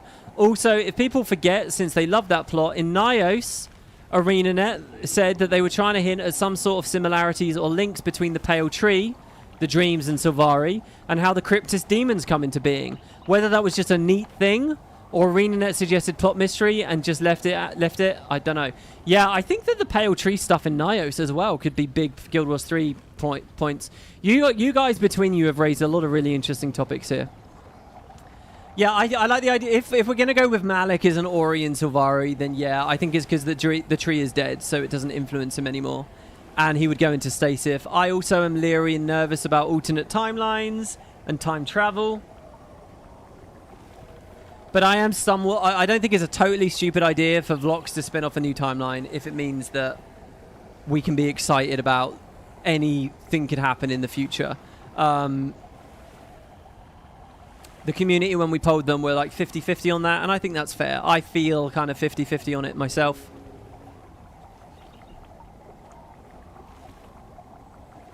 So I think what that means is we'll all accept them going either way.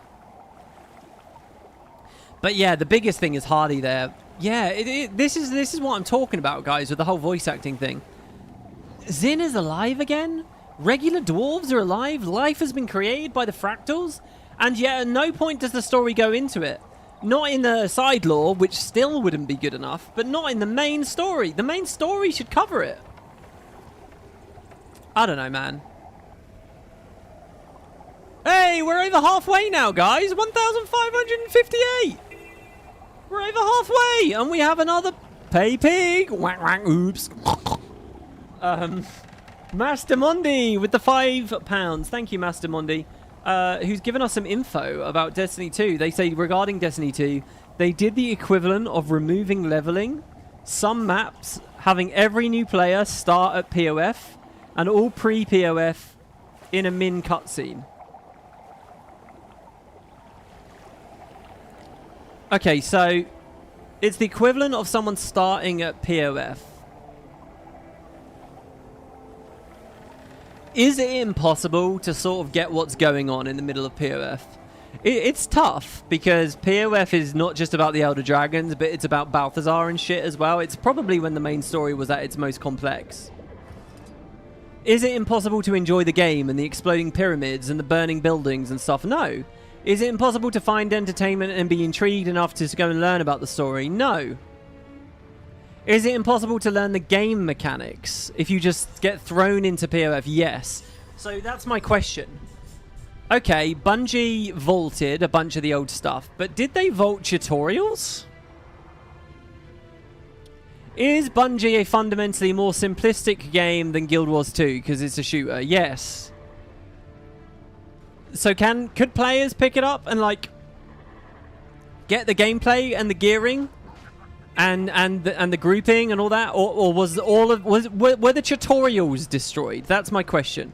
Was all the actual new player onboarding destroyed? Because I actually think people are pretty lenient to getting into stories halfway.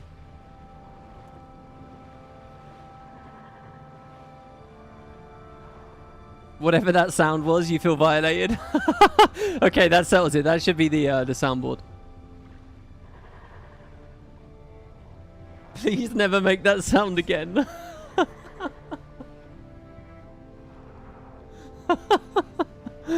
Oh, I gotta set that up. I should come at you all with a soundboard where it's just a bunch of shit.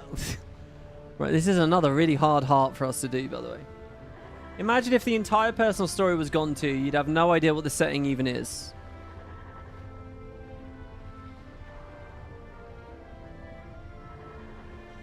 I think it's wrong. Look, I never played it. I don't know. I think it's wrong to assume that people cannot understand a story halfway. I don't think they'll be as invested, but I think they can just about get to it. At the end of the day, guys, I hated it, right? And I won't change my mind about it having been terrible for the game. But Guild Wars was able... I have ran a YouTube channel for a few years now where there was no Season 1 and people were able to sort of get their way through and become interested in Guild Wars 2. It wasn't perfect. It wasn't great. It was a pretty bad idea. But they kind of were able to muddle their way through it. I think if the gameplay tutorials were missing, that's a much more serious topic. And is completely insane. And I can't believe that Bungie actually did that. Did they do that? You need a soundboard that's just the taxi ad into... Yeah, there's no great sound bites in the taxi ad, though, is there? There's no, like, great one... You know, Necro's so weird. It feels like it has two point-blank underwater weapons. Its ranged options are very limited. We basically get to throw piranhas at people. But that's PBOE. That dives us in. This is ranged, but it's only a CC. And this is PBOE. And when you go to spear, it's the same shit. I don't know where that Barracuda thinks he's going.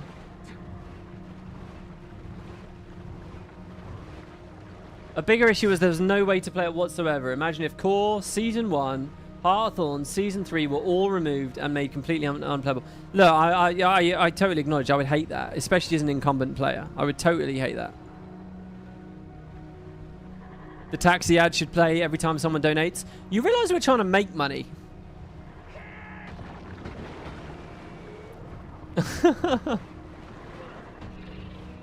It should be if someone donates too large of an amount.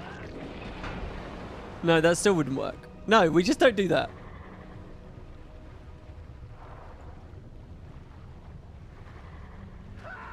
Maybe the Oracle said, "You are the seed the secret Ronin never told" was literal. Maybe Malik is a seed that grows into a pale tree. Yeah, I don't know. All right, next one. Sorry, we got really sidetracked there. I'm not going to get to Mistbound today. I'm just not. It's 1 hour, 40 minutes. It's nearly midnight, and I'm not going to get there, guys. Oh my god. I'm going to have to change the thumbnail and the name of the video again. We will do it. I promise we will do it. We got a lot of juicy topics to get to. When will the discussion end? When will the Guild Wars 3 chit-chat end? Does this still count as making hay while the sun is shining? James Lindbergh, 8962, says, "I absolutely agree with your settlement on the whole time travel situation." Oh, no. This is a continuation of the previous thing. I absolutely agree with your sentiment on the whole time traveler situation. I've had so much time travel thrown around in various media I've historically cared about in recent years that I would despise any time travel. And it's so easy to mishandle. I agree. Me too. Yeah, let's all just stand around agreeing with each other. Stasis concept is super interesting. A dormant Malik in stasis that woke up way later for one reason or another. It could even fit this theory to some degree. Out of stasis, he now no longer has a pale tree or connected to other Sylvari to contribute to the mindscape that is the dream. As for why he would have broken that stasis, I really have to stretch to explain. Can Sylvari be risen? No, they can't. Maybe some sort of Zaitan influence. I don't know how Zaitan interacts with the other dragon minions. It's all such a stretch. Super interesting. I resonate with these comments about fractals during Secrets of the Obscure and the whole time travel shenanigans. Yeah, look, I think the Malik thing is an interesting idea, but again, it locks them into making the Sylvari look the same, and I don't know whether I want them to do that. Here we have Anna Schutzel. Anna Schutz. Anna Schutz. Not sure how to say your name. I'm really sorry. Here we have Anna, A871. Dang, I missed this live, but I watched every VOD to keep me company during work. Great stuff. I have a question/concern. That I haven't heard anyone discuss, at least on the media channels I peruse, regarding action combat. I was immediately filled with dread when they began discussing it. Not because I don't think it's a really cool idea, but because I am a motion sickness sufferer. Aiming a paralyzing lightning bolt at the limb of a giant monster so the rest of my team can cut it down sounds thrilling, but having that experience taken from me due to a badly designed system has me worried. As they move more toward action combat, especially in the latest Final Fantasy VII remake, I find that I can only tolerate playing in small doses before the wildly spinning character camera makes me ill.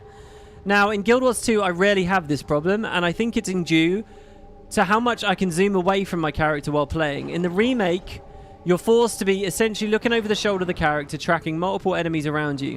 Do you think that issues like these are even on the devs' radar as they try out this new formula? Does Monster Hunter, which we keep using as a basis for comparison, have this problem? I look forward to hearing from anyone else who has the issue, and perhaps more experience with these systems in other games. Do we trust Arenanet to do well? Am I worried over nothing? I don't think you're worried over nothing, because I don't actually think Arenanet have a great track record with things like this. But let me be clear, I'm very mercenary. I'm a very selfish person. I care about the things that affect me. I don't have motion sickness, so it's not high on my radar, right?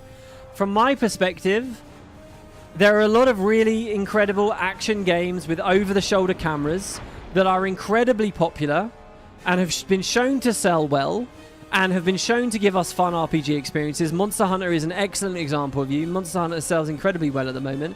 And I think that Arenanet need to be mercenary about this, and they need to go where the thick end of the bell curve is, and where the most of the players are, and they need to earn their money. And if they, as artists, are excited about a certain combat system, I don't want to go to what they're truly interested in and what they're passionate about and their vision and their idea for a game that there's a huge audience for, and say, no, you can't do it because some people get motion sickness. I think that's a terrible idea.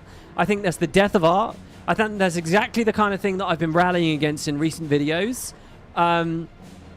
where you throw the baby out with the bath water and you are too considerate and you're too careful about appealing to everyone. And I want Arenanet to be careful about that. And that's very mercenary, and that throws people like you to the side, really. But I think that Arenanet's duty is to making great art. But to have a little empathy, I think that Arenanet can think about options for people like you. I think studios can. I think you yourself, by the way, if you get really if there are millions of Monster Hunter fans, but you can't play it, I think to a certain degree, you need to figure that out for yourself. You need to buy... By the way, some monitors can give you much worse motion sickness than others. Some frame rates can give you much worse motion sickness than others. And sometimes if you have a problem, that's your problem to solve. And I think that in an attempt to be polite and to be accommodating and to be nice and to be diplomatic, people won't tell you that, but that is the truth. And you need to look at that. And so like things like reshade. So over in VR, right? motion sickness is a big thing, and we've seen a lot of devs come up with a lot of different systems that help with motion sickness, and many of them actually apply to 2D pancake flat screen gaming, non-VR gaming as well.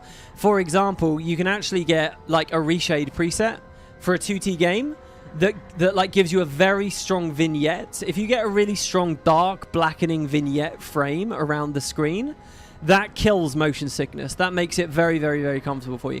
Messing with FOV is a big thing for motion sickness. A lot of people just think, oh, I'm going to turn all the sliders up. I'm going to make FOV really high, right? They do this, and it creates significant fisheye, and the fisheye can increase your motion sickness. So I think you need to learn about your condition and what you can do with your condition, and take some responsibility for yourself to make sure that the game works for you. I think that is what I would advocate more than anything else. I would try to protect the art that appeals to me as a consumer that doesn't get motion sickness. And yeah, that's a bit rude and mercenary, but that's honestly how I feel about this. As for Arenanet, how much do Arenanet care? I think Arenanet are really interesting because I think Arenanet are hypersensitive to people like you, and to being very open, and to making sure everyone gets something out of the experience. And there's the business reason for that, but there's also, it's nice to be nice, and they all seem like, you know, they're those kinds of people that are very, very, very accommodating to all degrees, right? There's all of that, but let me ask you guys, where's the Guild Wars 2 colorblind mode? Where is it, right? Colorblindness affects a huge amount of people. Right, the gaming industry has shown through games like God of War and The Witcher and Monster Hunter and whatever, that AAA premium games, over-the-shoulder, close-up action combat games are fine, and people don't get motion sickness. You can sell those games. So not many of them have motion sickness modes, but a lot of games have colorblind modes. Where are the accessibility controls in Guild Wars 2? Arenanet are funny in that they ostensibly are big on keeping the door open for as many people, but then they actually didn't do a lot of stuff. Wait, am I wrong? Did they do a colorblind mode in the end? I don't think they did they? I think even after all these years, and that's where the battlefield has mostly been with this franchise. You know, it's not difficult to find hysterical, sad, snobby, whining people on Reddit that are upset there's no native colorblind mode. Now, thankfully for you, again, Reshade and stuff like that can implement that for you and can help you. But, you know, like I raid with a colorblind guy, and like telegraphs were always extra annoying for him. He was often playing support, by the way, which meant he had like serious shit to do, and he nailed it. He did so well. But, you know, there are people out there that I think Arenanet with Guild Wars 3 will do their best to account for and will try to facilitate. But I am going to argue, and I'm going to be very honest, that there is a line, and I don't want them to throw the combat system in the bin because, you know, a couple of people have told them I get motion sickness.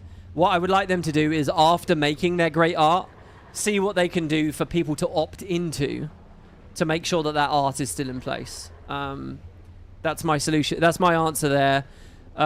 It kind of also... I also don't like having too many options, and I don't like them opting into these things with these massive overheads over time that are, you know, I don't like the idea. Like, action combat itself is kind of annoying, right? Like, they don't just spend the time to implement the thing, but now they have to spend time forever with a new ongoing cost.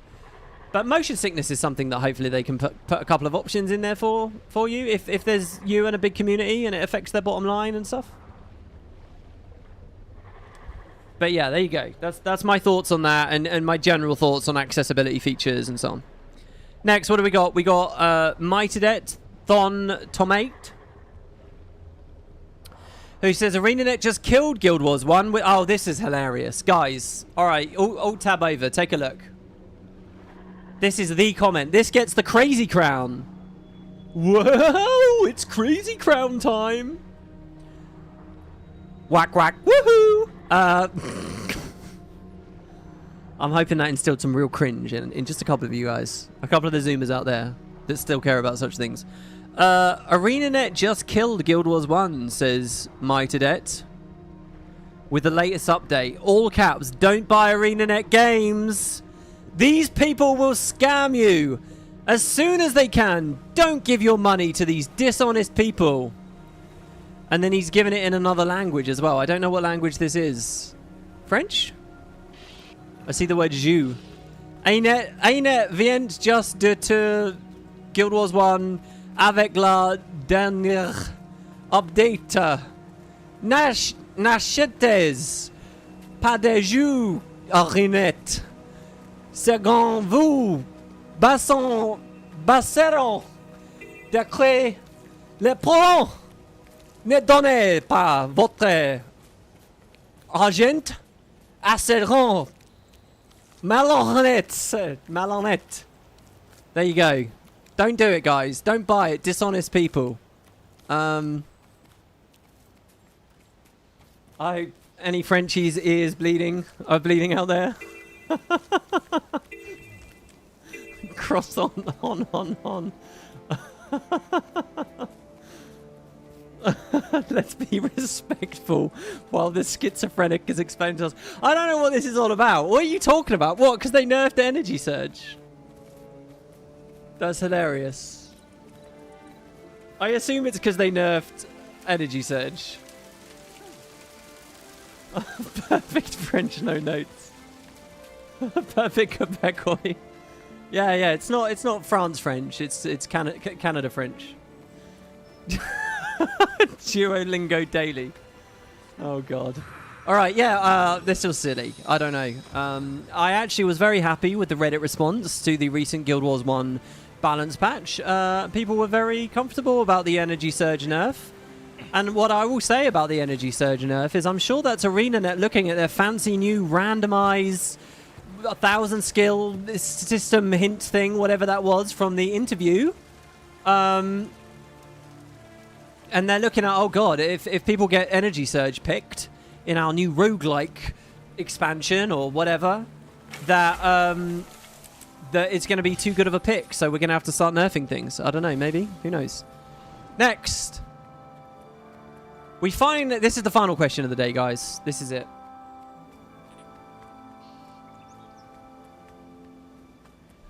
On the flip side, we have Smiting Monk. Yeah, I haven't read it yet. I'm really excited to see all the changes they made. I thought I know that they buffed Ray of Judgment, which immediately made me think, oh fuck, factions with the monks. And there is a complaint thread now immediately that they're too deadly and dangerous. I wonder how Arenanet will resolve that.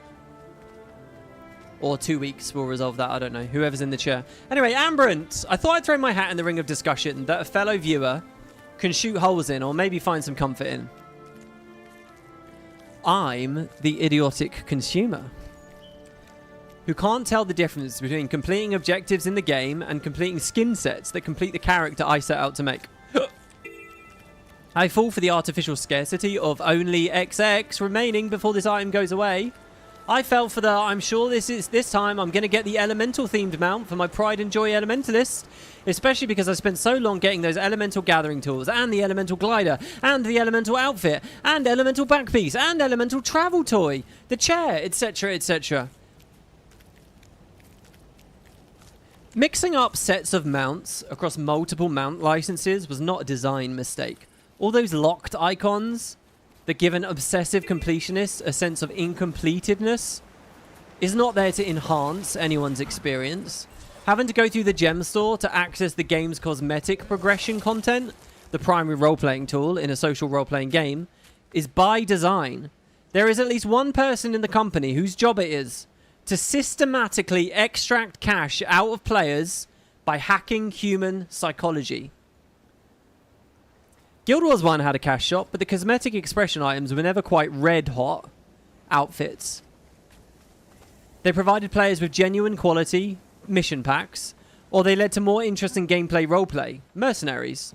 Yes, you can argue that the generalized storage slots are solving an artificial problem, but I never felt like the game had created restrictions that only excessive time or a sharp cut of money could relieve. I never felt the panic or fear of missing out in Guild Wars 1. I never felt that a purchase was built on a sense of a set of incompletedness.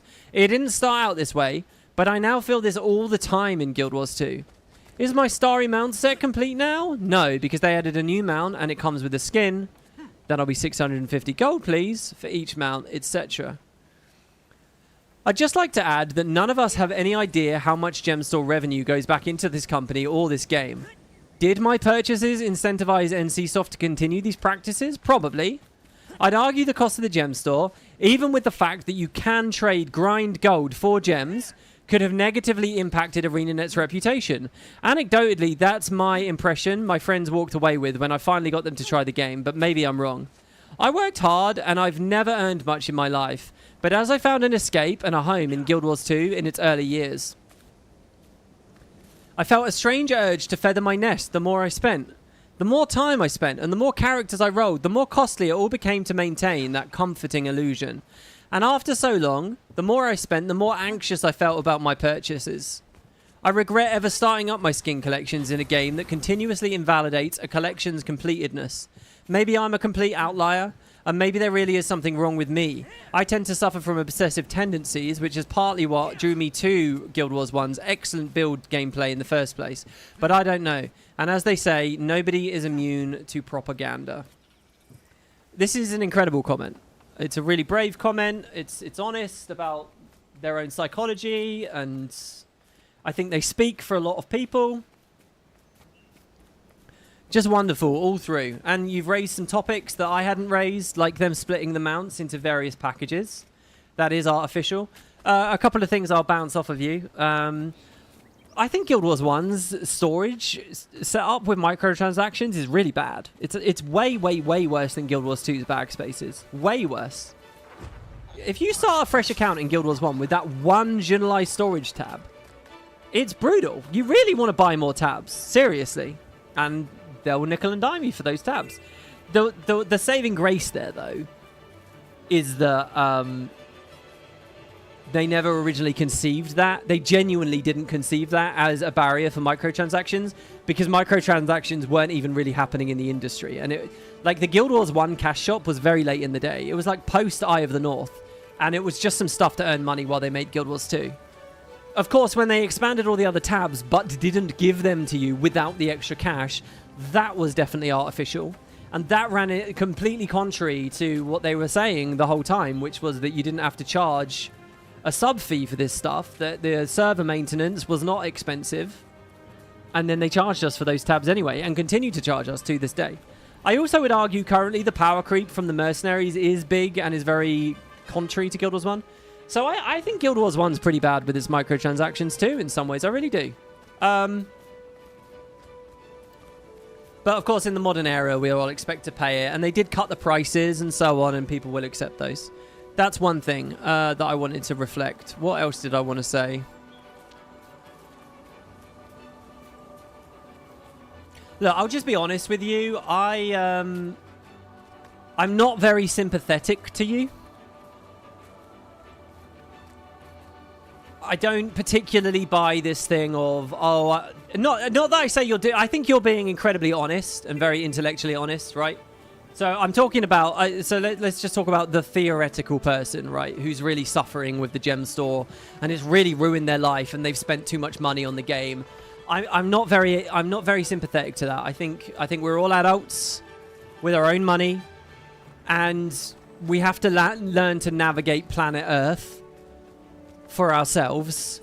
And if a shop runs a big fear of missing out sale and you end up spending loads of money on that, I think the law across most Western nations is pretty fucking clear with this. Society is pretty clear with this. The onus is on you not to spend that money. I don't buy into this thing of, oh, they made the sale look really good, and so I'm not at fault. And I don't know how far that argument goes with me. I'm not very sympathetic to that sort of thing. I think, look, they're a business. They run a shop. They're going to try to make their shop look encouraging. They live in the real world. That's what they're going to do. And this kind of idea of, oh, they're playing on my obsessive tendencies, and it's a complicated topic. It is, but what does that mean? What we want for Guild Wars 3, right? Ideally, there would be no shop, and they would hide it, or if there is, they would hide it. And if they do have it and it's not hidden, they would never run a sale, and they would never do this and that and the other thing. But I think we're asking for too much. I think we have to look at the world we live in and have some real expectations that they will do this again. They will do fear of missing out, and they will split mounts across different packages and shit like that. The one way that we might have insulated ourselves against this and escaped this is if they had pursued a sub fee, and they've told us that they won't. And I think we just have to accept that, guys. But I think it was really honest and really decent of you, to be honest, to put this post. There was another thing. Oh yeah, gold to gems. Gold to gems is a really interesting topic too to me, because I've always felt that Guild Wars 2 is a really decent game and should get some leeway with the community because of gold to gems. I open this, right? And so let's look at mount license like this guy's talking about. Oh. Why can I not search? For the love of God, I'll tell you what they will do. They'll improve the fucking front end for their shop. They're going to do that. They're going to spend a lot of money on that. They're going to spend a lot. I can't spell the word license. God, that makes me cringe. Here, so we get a license up. Can I get the UI? Right? And I want the... What's a set? I want, like, the glacial stuff, right? Oh, the glacial vulpines in there. But how much did that cost me? 600 gems? Except, hold on. I can just play the game for it. I can play the game. I can grind the silver weights. I can raid. I can sell raids. I mean, there's an ethical thing going on there or whatever. But, you know, I can get very good at PvP and earn fuck tons of money doing the daily tournaments, right? Which is what I was doing for a long time. It is an in-game reward, right? It's not a fun way of getting the reward because it's not a dedicated reward for a dedicated piece of content, and the grind is a huge amount of man hours that you could otherwise put in at your real life job, right? But that was your decision to make as a consumer there. And I've always thought the fact that you can buy gold in game while it destroys the product, right? At least you can do it. Do they at least not get a little bit of leeway with people with these conversations? But what I have noticed over the years, and tell me if I'm wrong, guys, right? Is they get zero fucking sympathy for this. People don't talk about this shit at all. They hate it. They hate the actually you can get it in game. They don't want to hear it. They don't want to talk about it. They don't want to acknowledge the fact that they can increase their bag slots via in-game gameplay. Play the game, get some gold, turn it into gems. There you go. In-game gameplay. You can't do that with Guild Wars 1 generalized storage panels. You can do it in Guild Wars 2. But no one wants to hear that argument. They all hate it. It's such a, like, thorn in their side when they're trying to rally against the gem store. And I don't know. I've never thought that was very honest. But so where am I looking at this now? I hate the gem store. I think it's dragged the game down. I don't like gold for gems. And what I've seen is that gold for gems is there. We get all the negatives from that. Or gems for gold is there, and we get all the negatives from that. And Arenanet didn't even get any, like, sympathy for that. They didn't even get any cachet for that, right?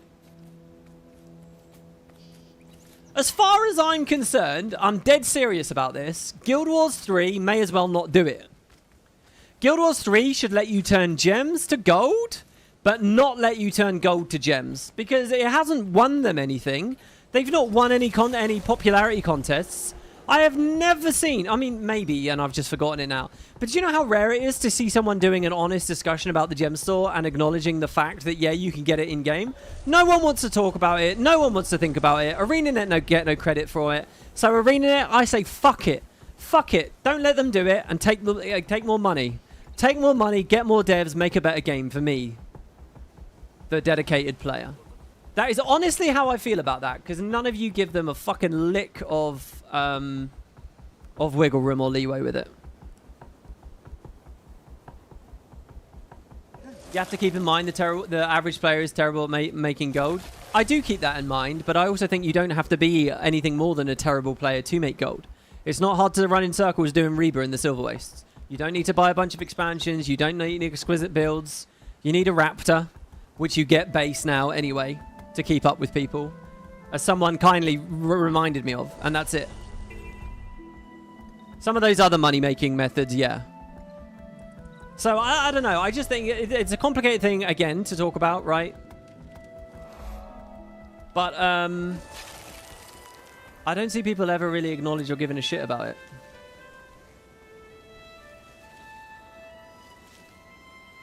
How else are they supposed to make money without a gem store and no sub?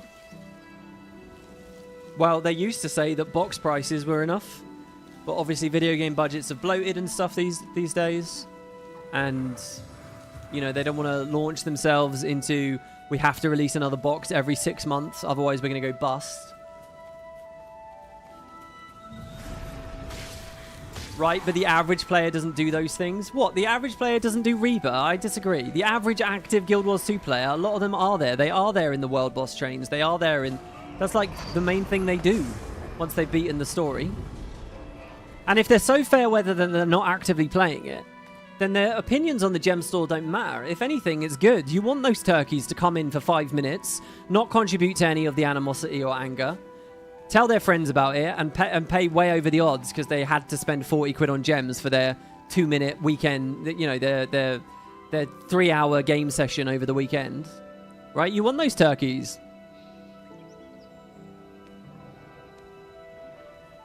Isn't this mostly confirmation bias? You see the people complaining because people are more likely to speak up about the shit that makes them mad. You might be right. Yeah, that's definitely true, and we should probably think about it. Right. Guys, that was a lot of topics. A lot of them very snobby. A lot of them very tricky.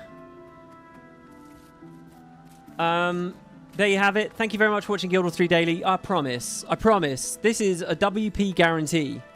Next time, we'll look at Mistbound and we'll talk about these potential upcoming skills. All right? I will try my best to get less comments and be less rambling. I can't believe every single one of these ends up 2 hours. So thank you, everybody. And our map comp of Kessex will go on. This has been me. This has been Gux. Signing out. See you guys on the next one. And thank you for the donations, guys. Very generous today. Thank you. Bye-bye. See you tomorrow. And enjoy the football. Oh, yeah, by the way, we cut that episode short for the England-Ghana game. And it was so boring. I'm so sorry, everyone. Oh, my God. And unfortunately, Scotland didn't do very well yesterday either, so not too good for our little island so far. All right, see you guys next time.